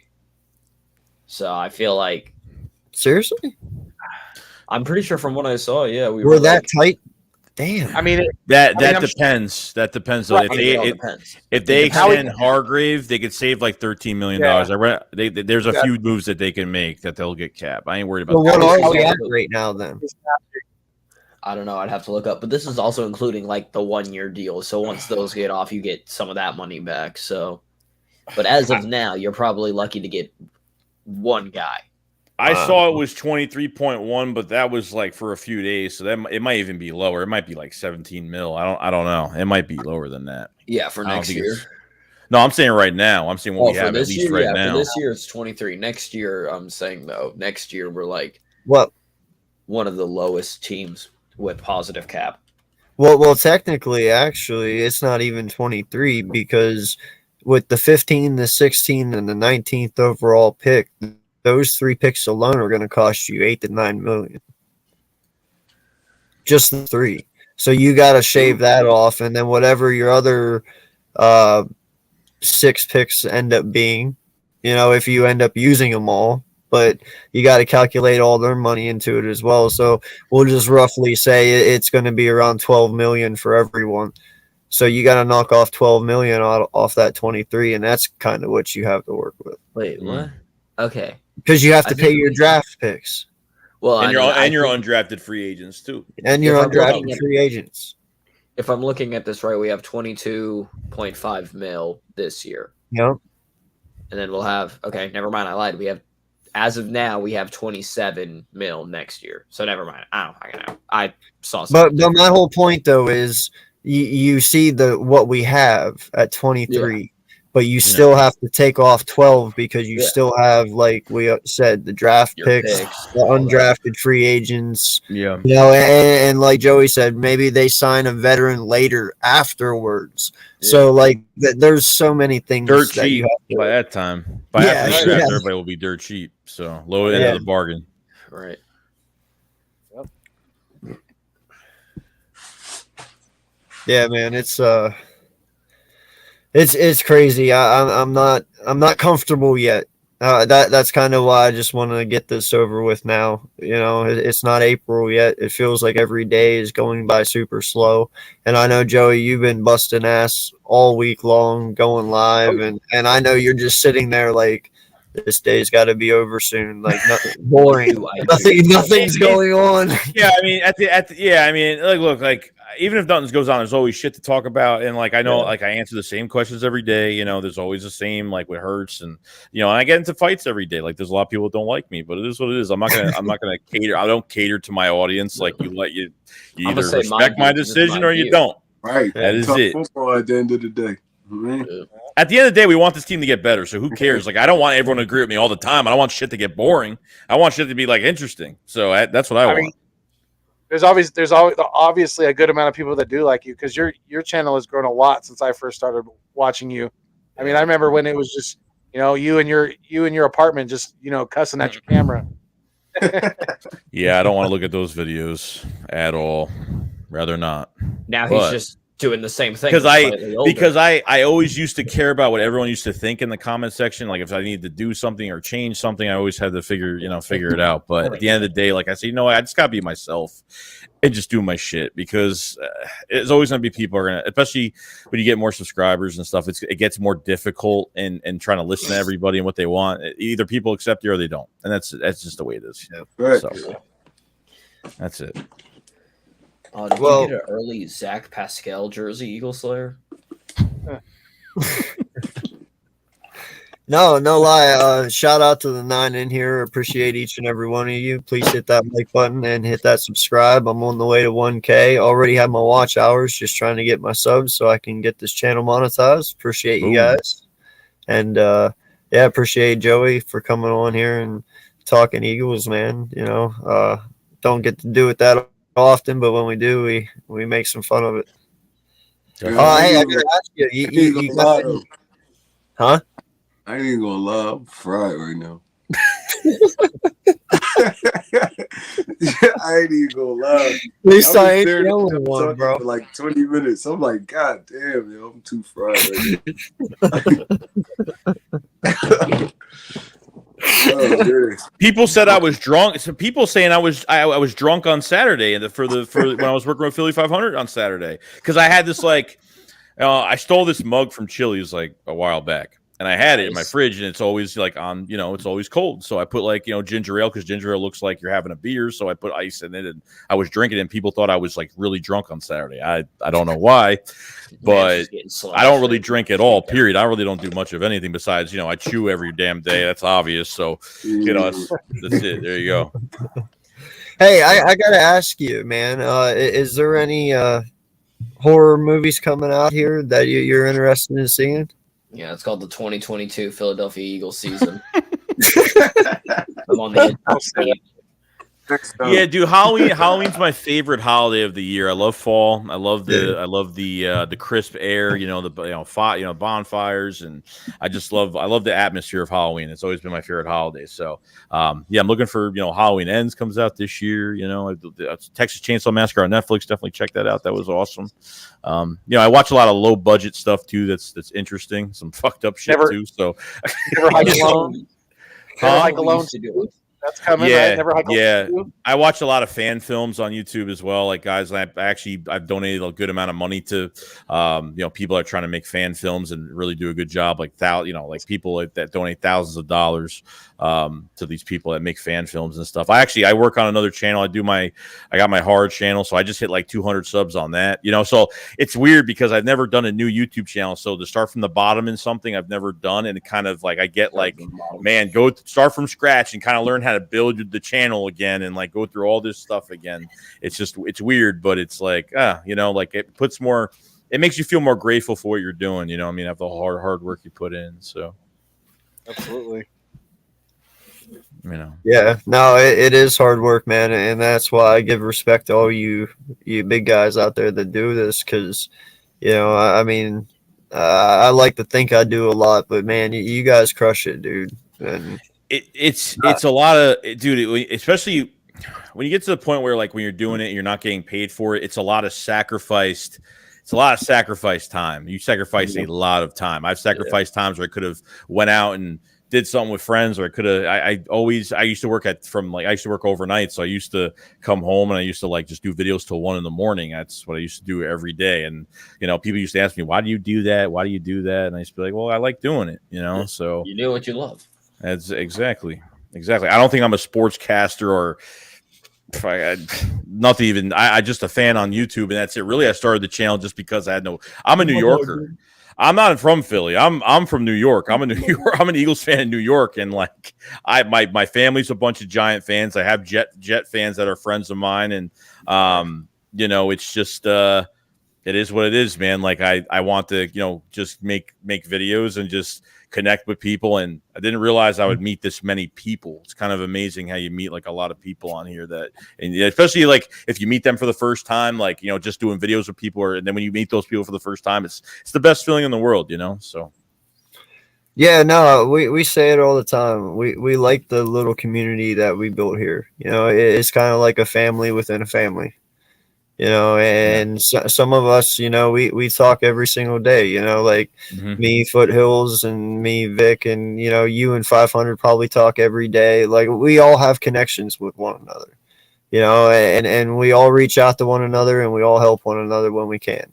And it's truly amazing what we built here, and it's something special. And I hope it keeps going on for generations, man, because it like you said, it takes time. It takes valuable time away from your family a lot, but the things you gain from it, the personal connections you make with people, and the benefits even that come with it, because you do get to meet some pretty important people, and you get connections, and it can lead to certain things. And so it's a great opportunity. I would never tell anyone never not to do it. If you feel you can do it, but make the fullest of it. Right. Yeah, like it's like if one guy goes down, you always got to pick everybody up. You got to pick everybody back up. That's what it's all about. Like as you get through time on when you take your years on YouTube and you go through a lot of time, people are. There's people out there that really try to make it a competition, and to me, it's not about that. Like, I can't stand it. There's always going to be those people that think everything's a competition, and it's not. At the end of the day, like if everybody got together, we'd all put food on each other's tables. We'd all do a lot. It's not even about like the money or anything. It's just like it helps everybody out. But unfortunately, I try to get on as many channels as possible. I don't do it because I try to make myself look good to everybody else. I do it because I want to do it. There's people out there that won't even go on, low sub count channels that are trying to work their channels up. And it's kind of pathetic. You know what I mean? It's kind of disrespectful sometimes, in my opinion. But, it is what it is. Like I've been on Berg 31 channel a couple of times. I'll go on Joe Castro. I'll go, up East versus West. I watched your stream at Philly 500. That was a great stream back and forth. I love that with Victory and him fighting all the time. So I enjoyed that. So like if everybody just sticks together, man, it's great. And this is hence why I don't work with a lot of other, if you don't see who I don't work with, it's because of certain reasons. And I don't want to stream with people that it's all about business. I want to stream with people that are fun to stream with and can hold up a good conversation and, are just here for the birds, and that's it. Not because of somebody's sub counter, because of what I have and what you have. It's just, we're all in this together. So this is why I don't work with a lot of people, and I'm not really very liked. But at the end of the day, it is what it is. You know what I mean? I do what I can. That's it. Well, no matter what you think, man, I just want you to know you always got respect here, brother. I appreciate it. Appreciate it. Really do. I understand, and it's not even like because my sub count not really up there, but I feel like I could talk with the best of them. So, you could put anybody on this stream. It could be anybody. 500, you, no disrespect. No. Brunson, anybody. I could talk day, with we're all the people. people, bro. So it's like, at the end of the day, we all got like a goal, and it's just to talk football. I know y'all probably getting paid for it and all that, but at the end of the day, the whole goal is just to get your information out there. Whatever you're gonna do, whatever you got planned for the day, just to get it out there. And like I said, I feel like I could talk with anybody. Football wise, maybe not as much marketable as you do, because I mean, the way I am, I don't be, and this I think this is a bad thing. I don't be in people like inboxes and stuff like that. I don't do stuff like that. if you want to work, if you see me, you like what I'm saying, you want to work with me, then I'll work with you. But I'm not one of those dudes that's just gonna be chasing like, Yeah. and the dude inbox 1,500 times, stuff like that. You want to come talk football? I'm here. But other than that, Yeah. I'm gonna do what I'm gonna do what I do. And if it don't grow me to the top, it really don't even matter to me. For real. That's a big problem. I think that's one of the biggest problems. It's like what do I get out of it? That's what that's what certain people ask. And the problem is there's so many Eagles content creators now. It's like crazy. Like before I even started, there was like I watched Desert Eagle. I watched I forgot the original guy that did Eagles content. I forgot his name, but I have his channel on here. I just forgot his name. Like I used to watch, Nitro Freak was on here for a long time. There was only Darius Dalton. There's only a few guys really out there before the Super Bowl. And, and then that was pretty much it. And then since there's so many Eagles content creators around now, there's only so much that people are watching, consistently every day. And, at the end of the day, it's just who are you going to watch? Like everyone brings something different to the table. And I think that's what, if your subscriber count doesn't move, either you're not going to care and you're just going to do what you're doing just because you like doing how you're doing it, or you're not going to change for anybody. And that's totally fine. So it gets to a competition standpoint, which I can't stand. That's why I don't work with people that are all about competition, all about, I'm only allowing you to work with me because you know who I am and what my channel is. Like, no, like that's not how it goes, bro. Like I don't really shit talk either, really. I used to a long time ago, and I kind of was like, what am I fucking doing? Like what am I doing? So I used to shit talk. I used to be in the TTC a long time ago, but I was like, I got out of that crap. Yeah, I am the Joey Shakes. Probably heard of me.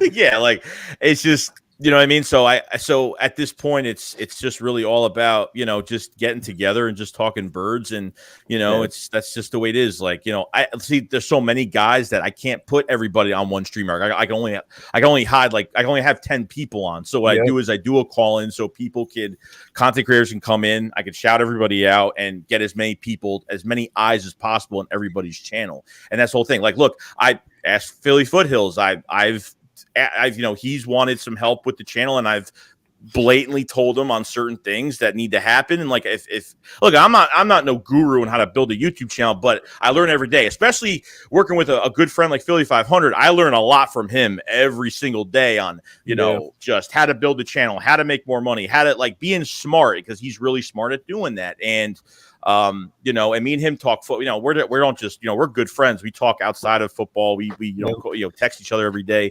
So, I've given advice to a lot of people. I try to help people. I'm not going to go out there and go on Twitter and be like, oh, I help everybody. And, I'm not going to it's nobody's business. Like it's all, you know what I mean? It's all personal. You know what I mean? So I'm willing to help everybody out, because trust me, I don't forget the people that help me out. There's a lot of people out there that get channels, and, and there's some guys that have to work harder. So you can't, some guys just can't put their face up to a camera and just get all these views. You know what I mean? Like, it's just not going to happen. Like, no one's, I had to, you have to work a little harder. Like I had to work a little bit harder. I had to add in some video and do this. I can't just put my face up to the screen and just get all this attention. It's just, my face ain't that pretty, but I'm just saying, like, sometimes you just got, you have to do a little bit more, because at the end of the day, there's a lot of content creators out there, but I am willing to help anybody and jump on anybody's channel any day of the week. I don't care. Anyone can say whatever crap they want about me. I do not care. Like, this is why, like I said, there's probably people in here that know why I don't work with certain people, and that's just the case, and that's just what it is. Don't care. I'm not about that shit at all. And I appreciate that, man. And, I'm with Rocco on his stand.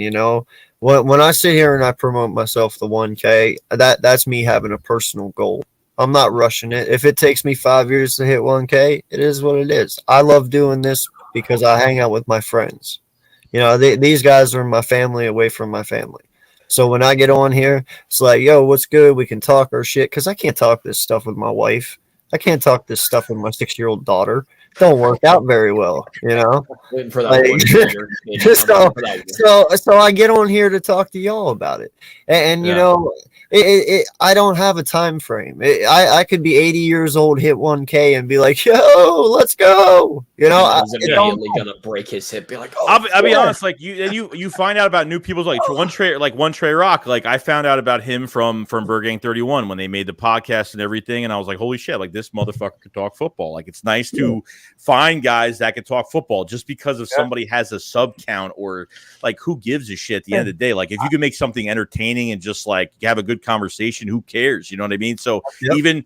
I was described the Philly foothills but there was a time like you didn't make videos for a while and then you came back and you really grinded. Like I was described that whole time. So when you came back, I used to comment and then you've been busting out a lot of content, and then obviously I met AK, in the meantime, because he was just, I think you were a typer at one point and then obviously, started making videos. So, it's nice to, have that relationship with people and, you know what I mean? Like I'm willing to work with anybody, man. It's great to meet all you guys. It really is. Yeah.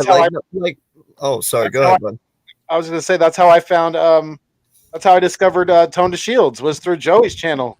Joey had Tone to Shields on, and that's how I was like, man. I said the same thing Joey said about Rock. I was like, man, this guy he knows football. I could just tell, and he's just a really intelligent individual. And it's great. It's great to find other content creators through ones that you're already fans of. So it's an awesome thing. But like, no lie, I found. I won't lie, Joey. You were not the first person I watched. Yeah, right. No, I don't expect to be the first. I don't expect to be the first. So. The first Eagles content creator I actually started watching was Joe Castro back when he first started, and I've been a fan of his ever since. And he's actually the reason why I started doing this. And then I actually found you through Joe, which is weird because you were way bigger than Joe at the time, but still. I think Joe is how a lot of us found each other. Yeah, I found Papa through Joe. Yeah, I think I found Papa. I first saw Papa on Joe's channel. You were the first person to be like, I got to get him on a live. You were the first person I was ever on a live with, and that led to AK, and then that spiraled down to here. Yeah. Yeah. But no, man, I love what you said though about reaching out to everyone because I have content creators of all teams that are friends of mine, like you were saying earlier, and a lot of my content creator friends are Giant friends. And in fact, I just went on one yesterday and did a podcast with Nate and Logan, and it dropped yesterday. But they're Giant content creators, and they only have like 100 subs on it. But I don't care, man. They're friends. It's fun. To do this, it has to be fun. You can't think of it as work. Honestly, you can't. It's truly fun getting on here. I could spend, hell, I've done it. I've done a 12-hour live, no problems. Like, when it comes to that time where like you finally get monetized and all that happens, like the feeling is just amazing, and like all that hard work fucking paid off, and you really take a deep breath. You say, man, like I fucking did it, man. I did it all on my fucking own. You know what I mean? Yeah, it's okay to have help along the way. Trust me, I had help along the way. Like I had Desert Eagle introduce me to multiple fucking people back in the day, and then I was in a group called the Philly Knights a long time ago, and then I had fights with certain people that I'm still friends with today, but it was stupid, and just think stupid crap happens like that. And I pretty much said, I'm gonna do everything on my own now. Like I'm gonna go out on my own and just do my own thing, and kind of build this thing the way I want to build it. And that's it. You know what I mean? So you make mistakes along the way, you're going to make mistakes, but it's all about just, you learn something new every day. You know what I mean? Yeah. I used to work at the damn supermarket. I used to not even punch out for a break. I used to like breaking news for the Eagles. I'd be like, run in my car, jump in, camera on, boom. That's it. Joey's the Kurt Warner of Eagles content creator. He's like, shit. All right, guys. Hey, Joey, you know what? You? I'm like, you I don't know. should do that, man. You should do a major collab. I was in the produce section. I don't know. A 10-man round table of Eagle content creators. Scooby said that'd be dope. No, yeah, dude. Like the problem is, I'm gonna have more than 10 people. That's the issue. Like that's why I do the call-ins, because then everyone has like at least 5 to 6 minutes to talk. I mean, which is not enough, but it's because there's so many guys out there. It's gonna take more than 10 guys. There's a lot of people out there, and sometimes when you do the call-ins, you kind of realize like Do you have older people that watch you? Like, I got a young base. Like, I didn't realize how, like, there's a lot. I mean, there was like 14, 13 there was a 13-year-old that literally knew everything about the Eagles. I mean, inside and out. I was like, holy crap. I was like stunned. I was like, I wish I knew this much crap when I was that young, because I didn't. So, you know, it's raised right. It's crazy. You know, if you're chasing, you know, like if you're chasing subscribers every day and you're chasing all these numbers, that you shouldn't be doing this. Like, that's what it is. Like me, it's like, I don't even check my shit. Like I'll just be like, oh shit. Like, you know, I hit over 16,000 subscribers like a couple days ago. And I was like, oh, nice. You know what I mean? Rats, No, I appreciate it. But it, you know, it never stops there. Like, you know what I mean? Like you hit 1,000, you know, then after you hit 1,000, you try to hit 10,000. After 10,000, you try to hit 20,000. And that's when, you know, things are starting to look up, and, you know, and then you could start really making it more of a job / career / you know, you're having a good time. And if people like you, because at the end of the day, look, this is what I can't stand about talking sports on YouTube. Everyone thinks you have to make sense when you talk sports. At the end of the day, like, as long as people like you for who you are, you can say whatever shit you want to say out of your mouth on a video. It doesn't matter. Like, people could comment like you're wrong, or, you know, twist your words around, like, or people that read the title but don't watch your video, you know, like I get a lot of those, you know what I mean? So just because, like, people have to like you for who you are on YouTube. That's what it's about. Like, I mean, there's plenty of people on YouTube, guys, that talk stupid shit, and people love them for who they are, and that's what it's all about. Like, I don't have to make sense I'm wrong about a lot of shit every single year, but I'm going off of, I'm like the TMZ of the Eagles every offseason. If Jalen Hurts, you know, picks the Pepsi slushy instead of the cherry slushy, I'm gonna put it out as a video because it's just interesting, you know. It's like stupid crap like that, but it makes it fun. I don't know. So it is what it is. Yes. No, dude, you know how much crow I gotta eat next year if this does not work out? Like, I'm not even lying, bro. Did you see the tweet that I put out like 3 days ago? You just gotta delete Twitter at that point. What was it? The one about Hurts. Dude, it got like 300 likes. It got like 100 retweets. In a bad way? No, well, it was negative and positive. Like, a lot of people loved it. Some people were like, "Oh, you're being ridiculous." Like, I was saying, listen, all you Hurts haters out there, once this kid balls out and he comes out here and he proves to you that he can be that guy, I was like, listen, there's no negativity on this Eagle, so don't come over whenever, you know, you were wrong. And so a lot of people loved it, and then a lot of people were like, no, he'll never be good, blah blah blah. It's like, see what I mean? No, but I get that every single day in chats, live streams every day. I get that every single day. Like, every day I get the same, look, me and you probably are way different on it. Like, I don't think Jalen Hurts, he might not be the future. I don't feel like he's going to be the future, but yeah, he might not. But I'm still going to root for him next year. I'm still going to I'm not just going to be like, I hope he fails. I hope he throws a pick. I hope he throws 3 picks a game. Like, I'm not going to, you know, do that. Like, I'm going to support this guy. But, you know, at the early 2021, like, it was still his rookie. He was still a rookie at that point. He only played 4 or 5 games in 2020. So I can't be like too much on him. Now, when Carson Wentz in 2020 played his first game, you know, played the first game of that season against Washington, and I was up in Michigan. I was up in the woods, and I literally made a video in the woods, and I was like, something's wrong with Carson Wentz. Something's up. Like, this doesn't look good. Doug Pearson, something's going on. And people just killed me after that. That from one game, because obviously it was one game. So I'll give it a few more games. Yeah. By the end of the year, it was quiet. Like, it was just quiet. It is what it is, man. You're going to get flack for stuff, but people are always going to come back to watch your shit. People are always going to come back, even if they're pissed at you, because they are obsessed with you, because they want to see what else you got to say. Like, the haters just keep coming back, and at the end of the day, they're coming to your channel to watch you. So it's just, they must like you for some reason. Yeah. You're doing something right. So the first tweet, 11 replies, 29 retweets, 189 likes. The second one, 43 comments, 44 retweets, 276 likes. So yeah, it's been blowing up. Yeah, you make a statement about Jalen Hurts and you leave it alone, and you come back. What does it say? Comments. So the first one was like, just read it.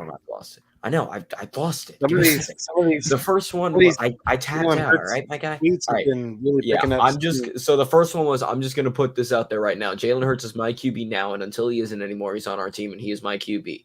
I choose Hurts and believe in him. He can develop into what we all want. Just gotta give him time. The hate has got to stop. That was the first one. It wasn't as bad. The one that blew up was, and for all you Jalen Hurts haters, when this kid comes out and balls out and proves each and every one who has doubted him wrong, don't start jumping to our side. There isn't enough room for negativity on this eagle. We fly high till we die. This man alone got Jalen Hurts trending on Twitter, probably. Yeah, well, you know what, dude? If they're retweeting it, that they're saving that shit in their feed. Like they're saving that so they can come back, or they're gonna save it in their bookmarks. Make sure that shit's saved so they can come back if it I doesn't know. work out. I know, and I'll eat it. I'll eat it. But you know what? Here's the thing. I'm not afraid to believe in my quarterback. I'm not afraid to believe in personal development. If this kid has the will and desire to get better and to improve as not only a quarterback but a leader and an athlete, who am I to stop him? But let me ask you something, AK. All right, what makes you a hater though? Yeah. You hear me? What makes you a hater? Like, I know some people be off the wall with it, but they seen everything you seen last year, and maybe they wasn't impressed with it. So what make them a hater? I don't know. Let me find Birdman real quick. Well, I mean, you can classify a hater as all different things.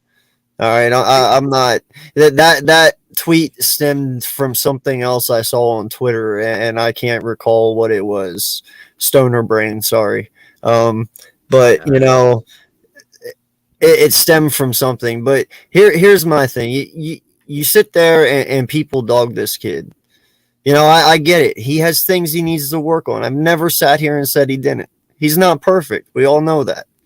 But when you look at Carson Wentz's first year playing, his rookie year, his first full season, and then you look at Jalen Hurts' first full season, not only did the kid's stats, now granted, I count his rushing yards calculated in with his passing yards because yards are yards, whether they're rushing or passing. They all count in my book. Same with touchdowns. Rushing touchdowns are just as important as passing touchdowns. A touchdown is a touchdown. So he not only had this almost the same amount of yards, but he also had 26 touchdowns to 9 interceptions. Carson Wentz's rookie year, he had 16 touchdowns, 14 interceptions. I get it. He did a lot more of his by throwing his 16. But didn't Jalen have 16 throwing as well? You know, like I look at that stuff, man. Like that matters. You know, the kid still had 10 more touchdowns than Carson Wentz did his very first year. Like that shit matters to me. I look into that. Yeah, it matters. It matters, but you gotta look at circumstances too, though. It's like Carson Wentz didn't know he was starting until like a couple days before the season started. And he was playing with shit wide receivers the whole season. So, I mean, what? And Jalen Hurts wasn't? He was playing with shit. Jalen Hurts had a first-round wide receiver on his team. Carson Wentz was playing with Paul Turner, Dorial Green Beckham.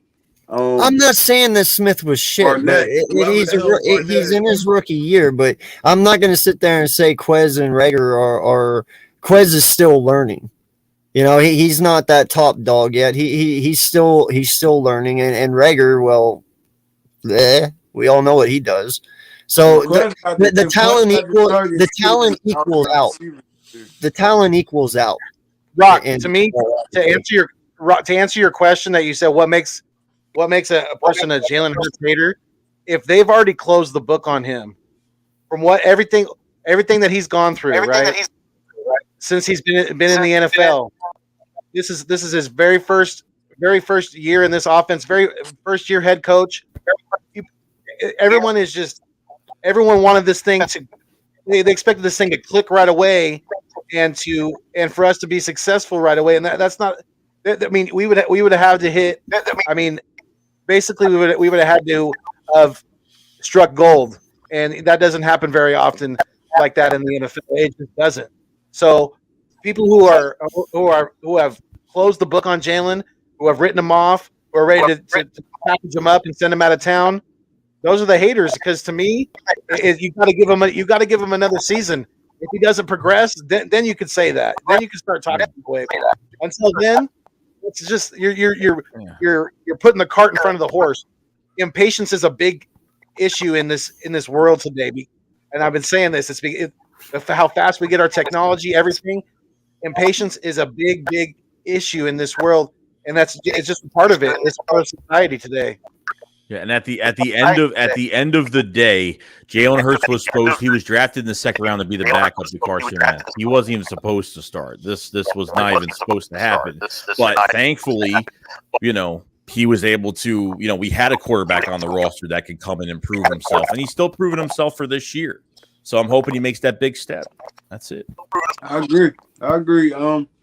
If you on the type time where you already made up your mind with this dude, yeah, that's bad because everybody don't click in their first season, but like with me, like people was like kind of call me a hater. I'm like, I'm not hating, I'm just reporting on what I see. I never said this dude was horrible. I never said he shouldn't be on this football team. I never say he shouldn't start this year. All I said was the improvements that this dude got to make, they're going to have to be major because you seen in that Tampa Bay game the game plan they put against this dude, and it was like simple. All they did was kept dudes on the edge. They played man to man the whole game. He couldn't beat these dudes at all. Devontae Smith was open, wide open. Quez was wide open, damn near all game. Goddard. It's just like he sees the thing. He can't read defenses right now, and that's common with young quarterbacks. But it's a difference between not reading defenses and making the throws that's there. And a lot of times he couldn't make the throws that was there. So all I said was this dude gotta improve. Do you think it's gonna boil over with Devontae Smith and with Hurts? Obviously, with having the few things that happened with Devontae Smith, with going up to Jalen Hurts a couple times on the sideline, and kind of hurting his bag, hurting his money right now, even coming off his rookie year. So, do you think something's gonna boil over between them two going forward if he's not getting the passes that he's open on? That's not even really a Devontae Smith, Jalen Hurts thing. That's a Nick Sirianni thing because now. Seeing that this dude can get separation, you got to scheme more plays for him. And it can't just be throwing him the football, just letting him go. You got to scheme up some more plays for him. And Jalen Hurts got to hit him when it's open. I feel like they're going to work on that this offseason, though. But, it was a lot of times I seen Quez Watkins could have been a 1,000-yard receiver this year, in all honesty. He could have been a 1,000-yard receiver this year. Yep. Dude was open all season. All season, they could not guard this dude. Coming out the slot, outside, anything. He was wide open. Like, he has speed. He can separate from cornerback. So, that's a quarterback problem. He's going to have to get all that in check this year because, like I said, all reality, this is really his make or break year. Because, after this year, I think he has another year and we're going to have to pay this dude. But you feel like we're going to wait this long? And even like if they was to go to the table today, Jalen Hurts got a million reasons why he should get paid this year. He should get paid. He took a mid-level team to the playoffs. 3,000 passing yards. Yeah, 3,000 passing yards. This age is gonna bring all that to the table. So it's like at the end of the day, this is make or break. So he really has to improve. Like he has to improve. Trusting his receivers, trusting what he see on the field. Because like I said, in that Tampa Bay game, they played all basic coverages on us. And he could not beat them. He couldn't beat them it was all basic coverage. They was playing cover 3, probably cover 2 shell. They was keeping they slide on the edge, probably bringing the linebacker up right there, and just blitz in the middle, forcing them to run to the outside. It's like, it don't matter if it's the NFL, it's college, high school, bro. That's basic coverage. You've seen cover 3. You've seen cover 2. You've seen these coverages in high school, college, everywhere. You're gonna have, he's just gonna have to improve. And I'm willing to give him another year to do it. But if I see some shit, I'm gonna speak on the shit. You get me? Mm-hmm. If I see some shit, I'm gonna speak on it. I don't care how mad you get. Right with you, bro. No, people aren't gonna like it. And I understand 100% what you're saying, Rock. I really do, brother. And here's the thing. I think from his first 4 games that he played his rookie season, he was like at a 51% completion percentage, right? Last year, he was at a 61. So that was a 10% increase in his completion percentage. I understand that there's going to be things that happen. But one, I want you guys to remember, he is 23 years old. Very young. Very young. Lot to learn yet. A lot. You know, like I've always said, I watched an interview with Drew Brees at the beginning of last year, and he said, dude, it took me 3 years as a starting quarterback to truly remember and learn every defense that everyone threw at me before I could truly feel comfortable as a quarterback and truly call myself elite. He said it took me 3 years to learn it all. All right. This kid has a lot of valuable tools as an athlete, not just his legs. You know, I don't understand. I understand why some people might question his arm, but he has an arm. He's shown he's had it. He just needs to work on his motion, his timing, his accuracy, and that'll come with age. I truly believe that. You know, and sometimes, man, you know, like we gave 5 years to Carson Wentz. You know, we gave him 5 years.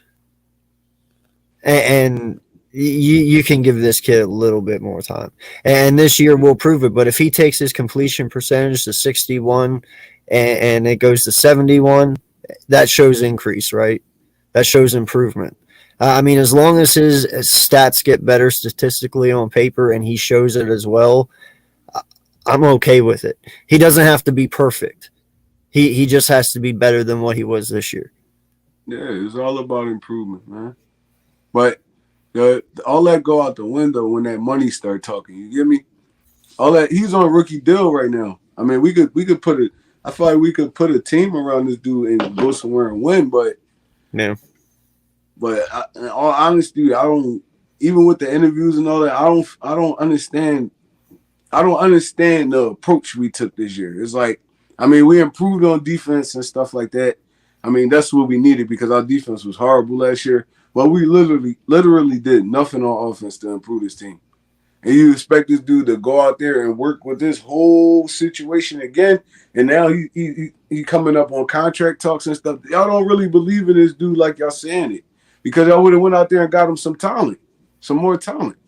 Yeah, but this is like you have 3 first-round picks this year. Like the Eagle, like if they didn't have 3 first-rounders, I would have been like, why didn't? And they didn't sign a receiver in free agency. I've been like, dude, why didn't you sign a receiver? I mean, it's ridiculous. They're almost interested in everybody at this point. They're talking about Juju since last year when they had a contract already prepared for him, and all of a sudden they just had no interest. So I think it was a money thing. You know, to be, he'd be as a number 2. They put in a bid for Christian Kirk, and he got paid 17. We want to pay him 13.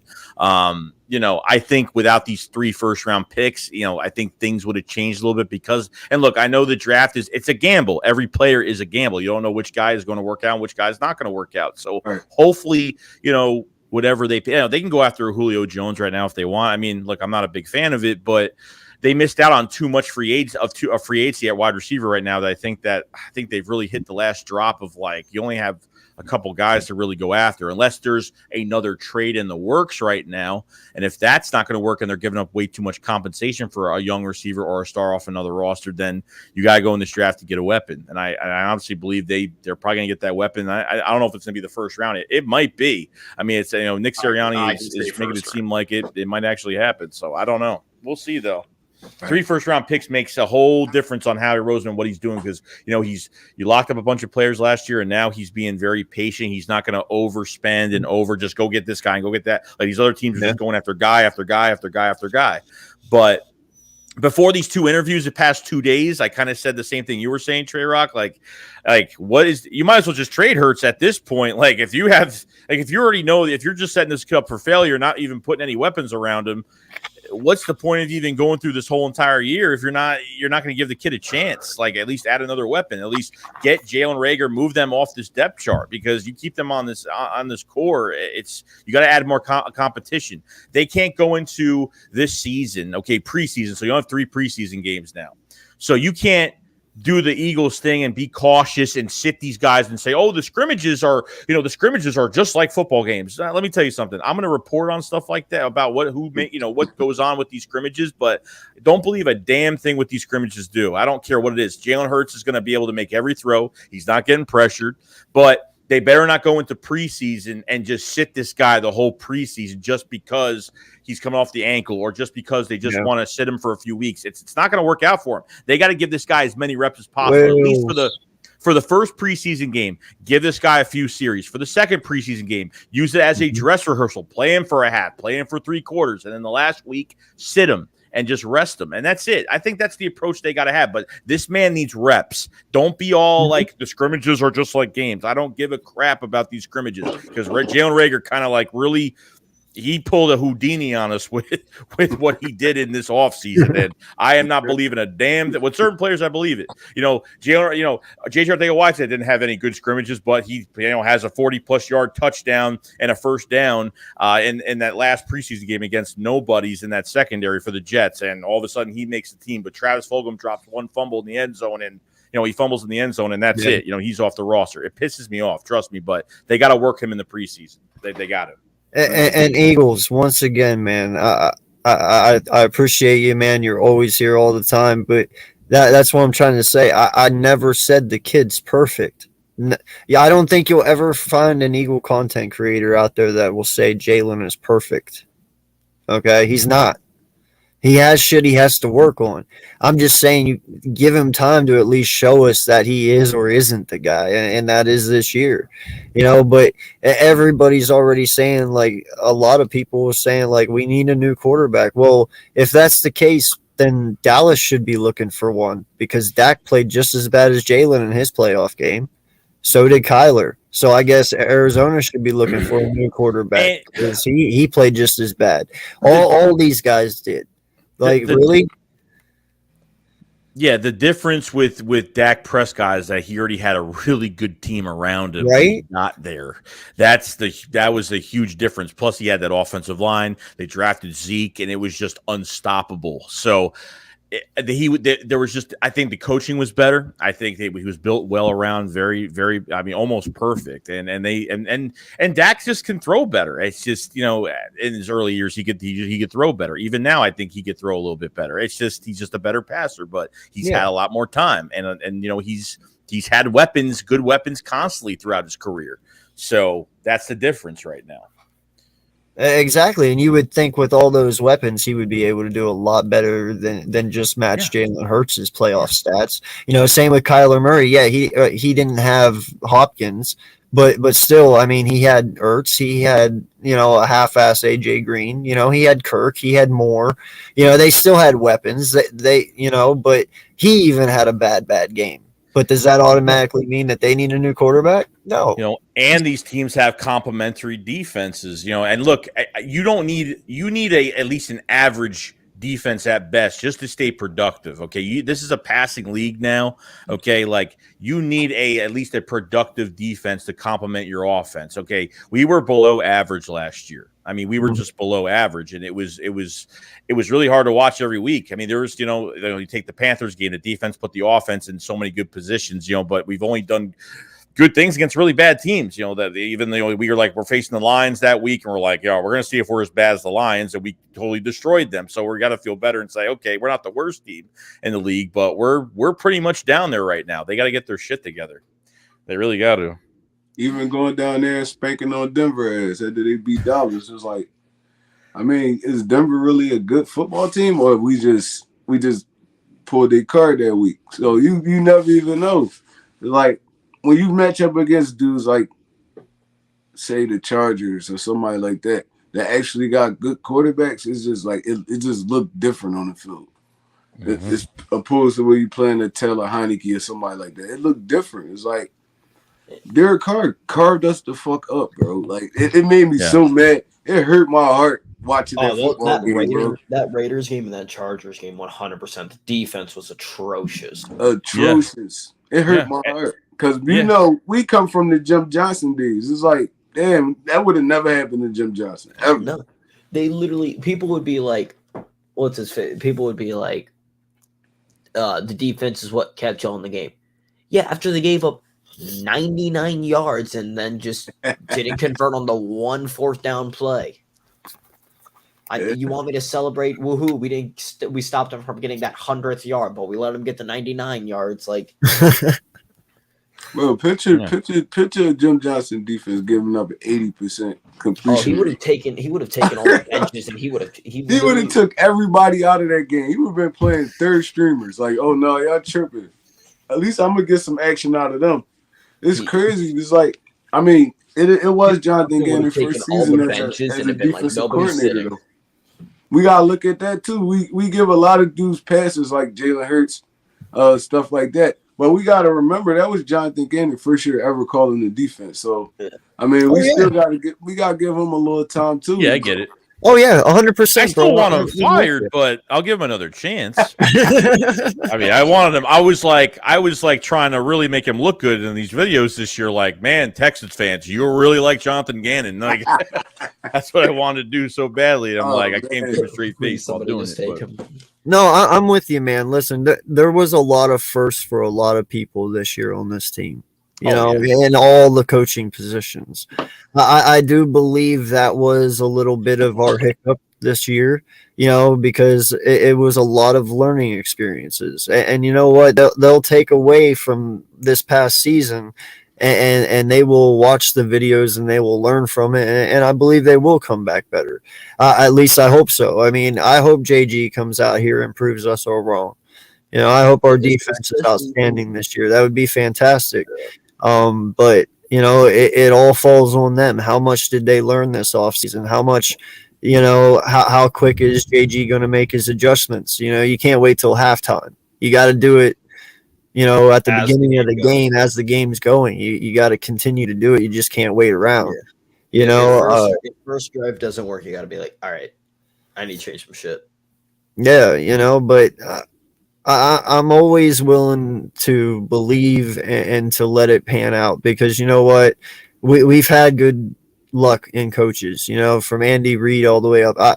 Chip Kelly was a little bit of a up and down thing, but you know what? All in all, he won. You know, he had winning seasons. Yeah, horrible manager of personnel, but not a bad coach. You know, I think he chewed off more than what he could handle. Yeah, but that's just. Unfortunately, it was his. He thought he could have the same college-oriented scheme, but still plug in different players. Like he didn't need to have superstars and spend a lot of money. He could plug in anybody in that offense or defense and still, you know, play at a high level. That was the whole thing with that. That's when you started. You know, you give away LaShawn McCoy, you give away, you know, Nick Foles, and you got Sam Bradford. I mean, it really, you know, it sucked. It was horrible. But who knows after 2015 that we're going to be in the Super Bowl 2 years later? Because I said to myself when Chip got fired, I said it's going to take us like 3-4 years, and within 2 years, like we were back and ready, and we got it. You know, so there's always a light at the end of the tunnel. Like, I don't know, the past 2 days, like, I feel good about what, you know, Nick has said. I feel good about how he has said in these press conferences. I mean, they're doing their due diligence looking at these quarterbacks, but from last November, I mean, between going to the Sam Howell, Kenny Pickett game with Howie's binoculars, then it was, then naming Jalen Hurts starting quarterback in 2022 at the end of the year. Then you go to the Senior Bowl practice and he's following Malik Willis and Kenny Pickett. Then they take Kenny Pickett out to dinner. I'm just like, dude, like if this guy's starting, I mean, you guys are looking at quarterbacks like crazy this year. I don't know. I mean, this could all be a joke. This could all be like these past 2 days in Florida could be smoke screens, but I don't know. I feel like since they were so quiet and free agents, I don't know. It's tough, man. It's tough to figure it out, but I feel like I'm like 50 and I'm like 50-50 with it. I feel like they still could draft a quarterback, but at the same time, like they're talking about drafting different positions and drafting, we want to make sure we don't redshirt any of these players. I thought they didn't have a strong free agency because they don't want to redshirt any of these draft picks that come in. Well, obviously you don't. I mean, you did it to Andre Dillard and a couple other players already when you had veteran favoritism already here. And they didn't, I thought they ruined Dillard at one point just because they already had Jason Peters here. They put him in for, when Jason Peters didn't have enough energy to play in the damn game, they had to start Andre Dillard 3 times. They put him at right tackle for one game, blew his confidence out, and kind of ruined him. But even this past year, when Mulata had to be out for a few games, I thought Dillard actually played pretty solid. I didn't think he was great. I didn't think he was bad. I thought, he got in there and he did what he had to do. You know what I mean? So it is what it is, I agree. I feel like Dillard had a solid year when he was forced to play. I mean, the best thing you can hear about an offensive lineman is when you not calling his name. So, I mean, I feel like he did solid in the backup role he was in. On some real, I feel like Dillard should be on this roster this year, to be honest, because who knows? Like Lane Johnson always getting little dings and stuff like that. You might need him to come in and play. I mean, it's always good to have a dude that you can trust backing up your starting lineman. So I feel like Dillard should be here. I know it ain't panned out how we wanted it, where he was the starting left tackle or right tackle or something like that, but he still could be a serviceable dude. And I'm not that down on him like everybody else is. Yeah. I got a real question for you guys, and I want you to honestly think about it because it's a tough one. I struggle with it every day. I like Sayamalu. In a way, he's a very underrated left guard. He is. He performs pretty well for not being recognized that much throughout the league. But I really like Landon Dickerson at left guard. I really do. What him and Mailata have, dude, it's special. The Twin Towers, man. I would not mess with them. What would you guys say? I'm not sure if he can, but can Sam Malu play right guard? And if so, do you believe that would be a smart move? Just let Dickerson play left guard and switch Sam Malu to right guard? Yeah, I'd keep Dickerson at left guard. I'm not moving him. Even if Kelsey retires at this year, I wouldn't even move him.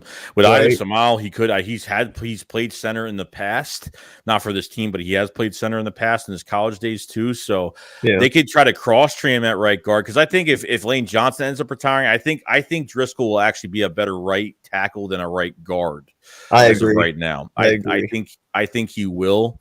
But I don't know. We're gonna have to see. I mean, we have plenty of depth. Like Dillard is like, if he's here this year, like he can't cross. I mean, they could try to cross. I think they've already tried to cross train him. I don't know if he can play the right side or play center or I think with Isaac Samalo, I think he's making like $6-7 million this year. So they got to try to do something with him at this point. I don't think he was the perfect left guard. I think his pass protection was a little suspect, but his run blocking was really good. But we'll see what happens. I don't know, but we'll see. No, I agree with you on the Driscoll thing, man. I believe it was his rookie year. He had to go up against Chase Young, right? The last game, he did not give up a single sack to Chase Young. I mean, to me, that's pretty impressive, right? Yeah, he blocked a couple guys. Like I think he just missed a couple blocking assignments because he was just thrown in there. So I mean, he's gonna make mistakes, but man, he was solid when he walked. I mean, he was solid. He played really well. So like, I don't think like Driscoll is definitely not the ideal guy at right guard, but he's solid enough to play in that position. Plus, you got Nate Herbig. They can play both left and right guard, but I think he does play better at right guard. So just don't put Herbig at center because putting that ball between those ham legs of his, he just can't do it, man. That guy cannot snap a goddamn football for his life. So, and I have to ask you, AK, what the hell am I going to do with that Jalen Hurts jersey you gave me, man? If he's gone after next year, what am I going to do with it? Send it back to me. No, I had no chance, dude. I had no chance. Like my girlfriend took that shit away from me. I think I got to put that shit on once. Wow. I had it one time. You still got the Dawkins gun, right? Oh yeah, I got no, that's mine. She didn't get that one, right? No, hell no. You ain't taking that. Nope. No, man. I got some. I'm going to probably get here in the next couple months. I just got to put some money back for them, but yeah, I'm going to get some new ones here soon too. I can't wait to get some Kelly Green jerseys next year, bro. I Right. am spending, so take my fucking money, take my wallet. Yeah. I'm ready, bro. I'm ready. can't I'm wait, ready. I haven't bought an Eagle, dude. I'm telling you right now, between this roster and who the fuck is starting and who is their prime player here, I got the best Christmas present last year. I got a fucking customized jersey with my fucking YouTube name on it, and I was perfectly fine wearing that shit every week because you know what? It's a lot of money to buy constant jerseys. And Yeah. I know people that bought Fulgham jerseys when he was playing well. People like you're buying all these jerseys, and it's just like you can't even buy a jersey without knowing if the player's going to stay here or not. It's a pain in the ass. I think I will kind of fork the money over for a Reddick jersey. I mean, I do like Reddick. I've liked him coming out of college from Temple. You know, he was supposed to be here, so I think he'll be here a while. I think I can afford to pay one out for that. Reddick has got to get 10 plus sacks this year. He has to get 10 plus sacks this year. There's no for sure. He has to. I mean, if he is below average, he doesn't even have 5 sacks for the year.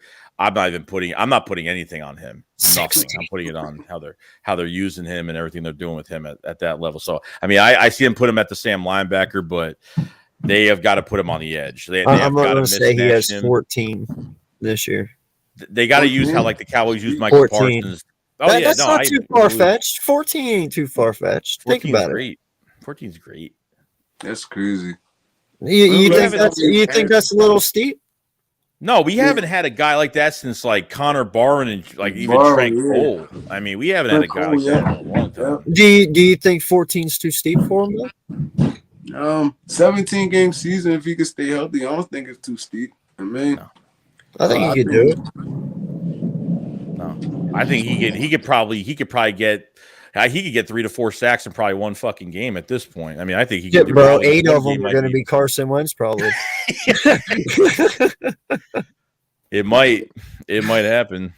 Shit, this East is a joke. Go ahead. Goddamn, TJ Watt had 21 sacks this year, bro. It's not too far fetched. Like, yo, he better be the cover on Madden, man. I'm telling you right now, it would be disrespect. I saw that tweet. Everyone was like, "Who should be on the cover of Madden next year?" Oh, he's done. There was people saying like Cup. There's people out there saying Stafford. Blah blah blah. I'm like, yo, it would be disgraceful not to put TJ on. TJ deserves it. He's gonna get cursed. That's it. He's gonna be in the stretcher. He's gonna be in the stretcher by week. Don't say that. Don't say that. Yo, what if he would be the first to break that curse? That would be incredible. Think about it. If keyword. I know if, but think about it though. That'd be awesome. Like, hey, we could honestly say, well, was it real or is it just coincidence? Yeah, don't put none of these Eagles athletes on none of them covers, man. We already got a problem with injuries. So, did McNabb get injured the year he was on? Yeah, he tore his hernia. Yeah, I remember that. Oh yeah, that is right. See, he played 5 games with a torn hernia. Like, there is a couple though. There is a few that did survive. Didn't LT 1 year? He survived. Yep. They put Chris but there's like 3 or 4 that just had minor injuries. Like they had maybe missed like 1 or 2 games, but that was it. It might have been. No, but hey, did you guys ever hear of my Campbell's soup commercial conspiracy though? Did you guys know that every person that has been in a Campbell's soup commercial has had career ended? Oh, well, their careers ended right after that. Think about it. You've had Bush. Saquon's career went down the tubes. You've had Donovan McNabb. You've had Dak Prescott just recently. You know, ever since he did that, the Campbell soup commercial dropped with Dak like week 4 or 5 last year. And right after that, the team tanked.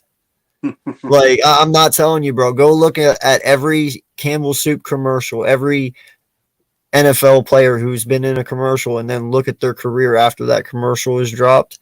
They've all fucking tanked. Yeah, you're right. You're right. It's crazy. Yeah, I know. I'm telling you, bro. It's a real thing. Everybody talks about a Madden curse. There's truly a Campbell soup curse. Only player I remember that didn't get injured was Vic.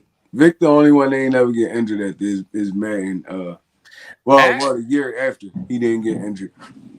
Did Richard Sherman survive Campbell's? I think, didn't he? I think so. Yeah.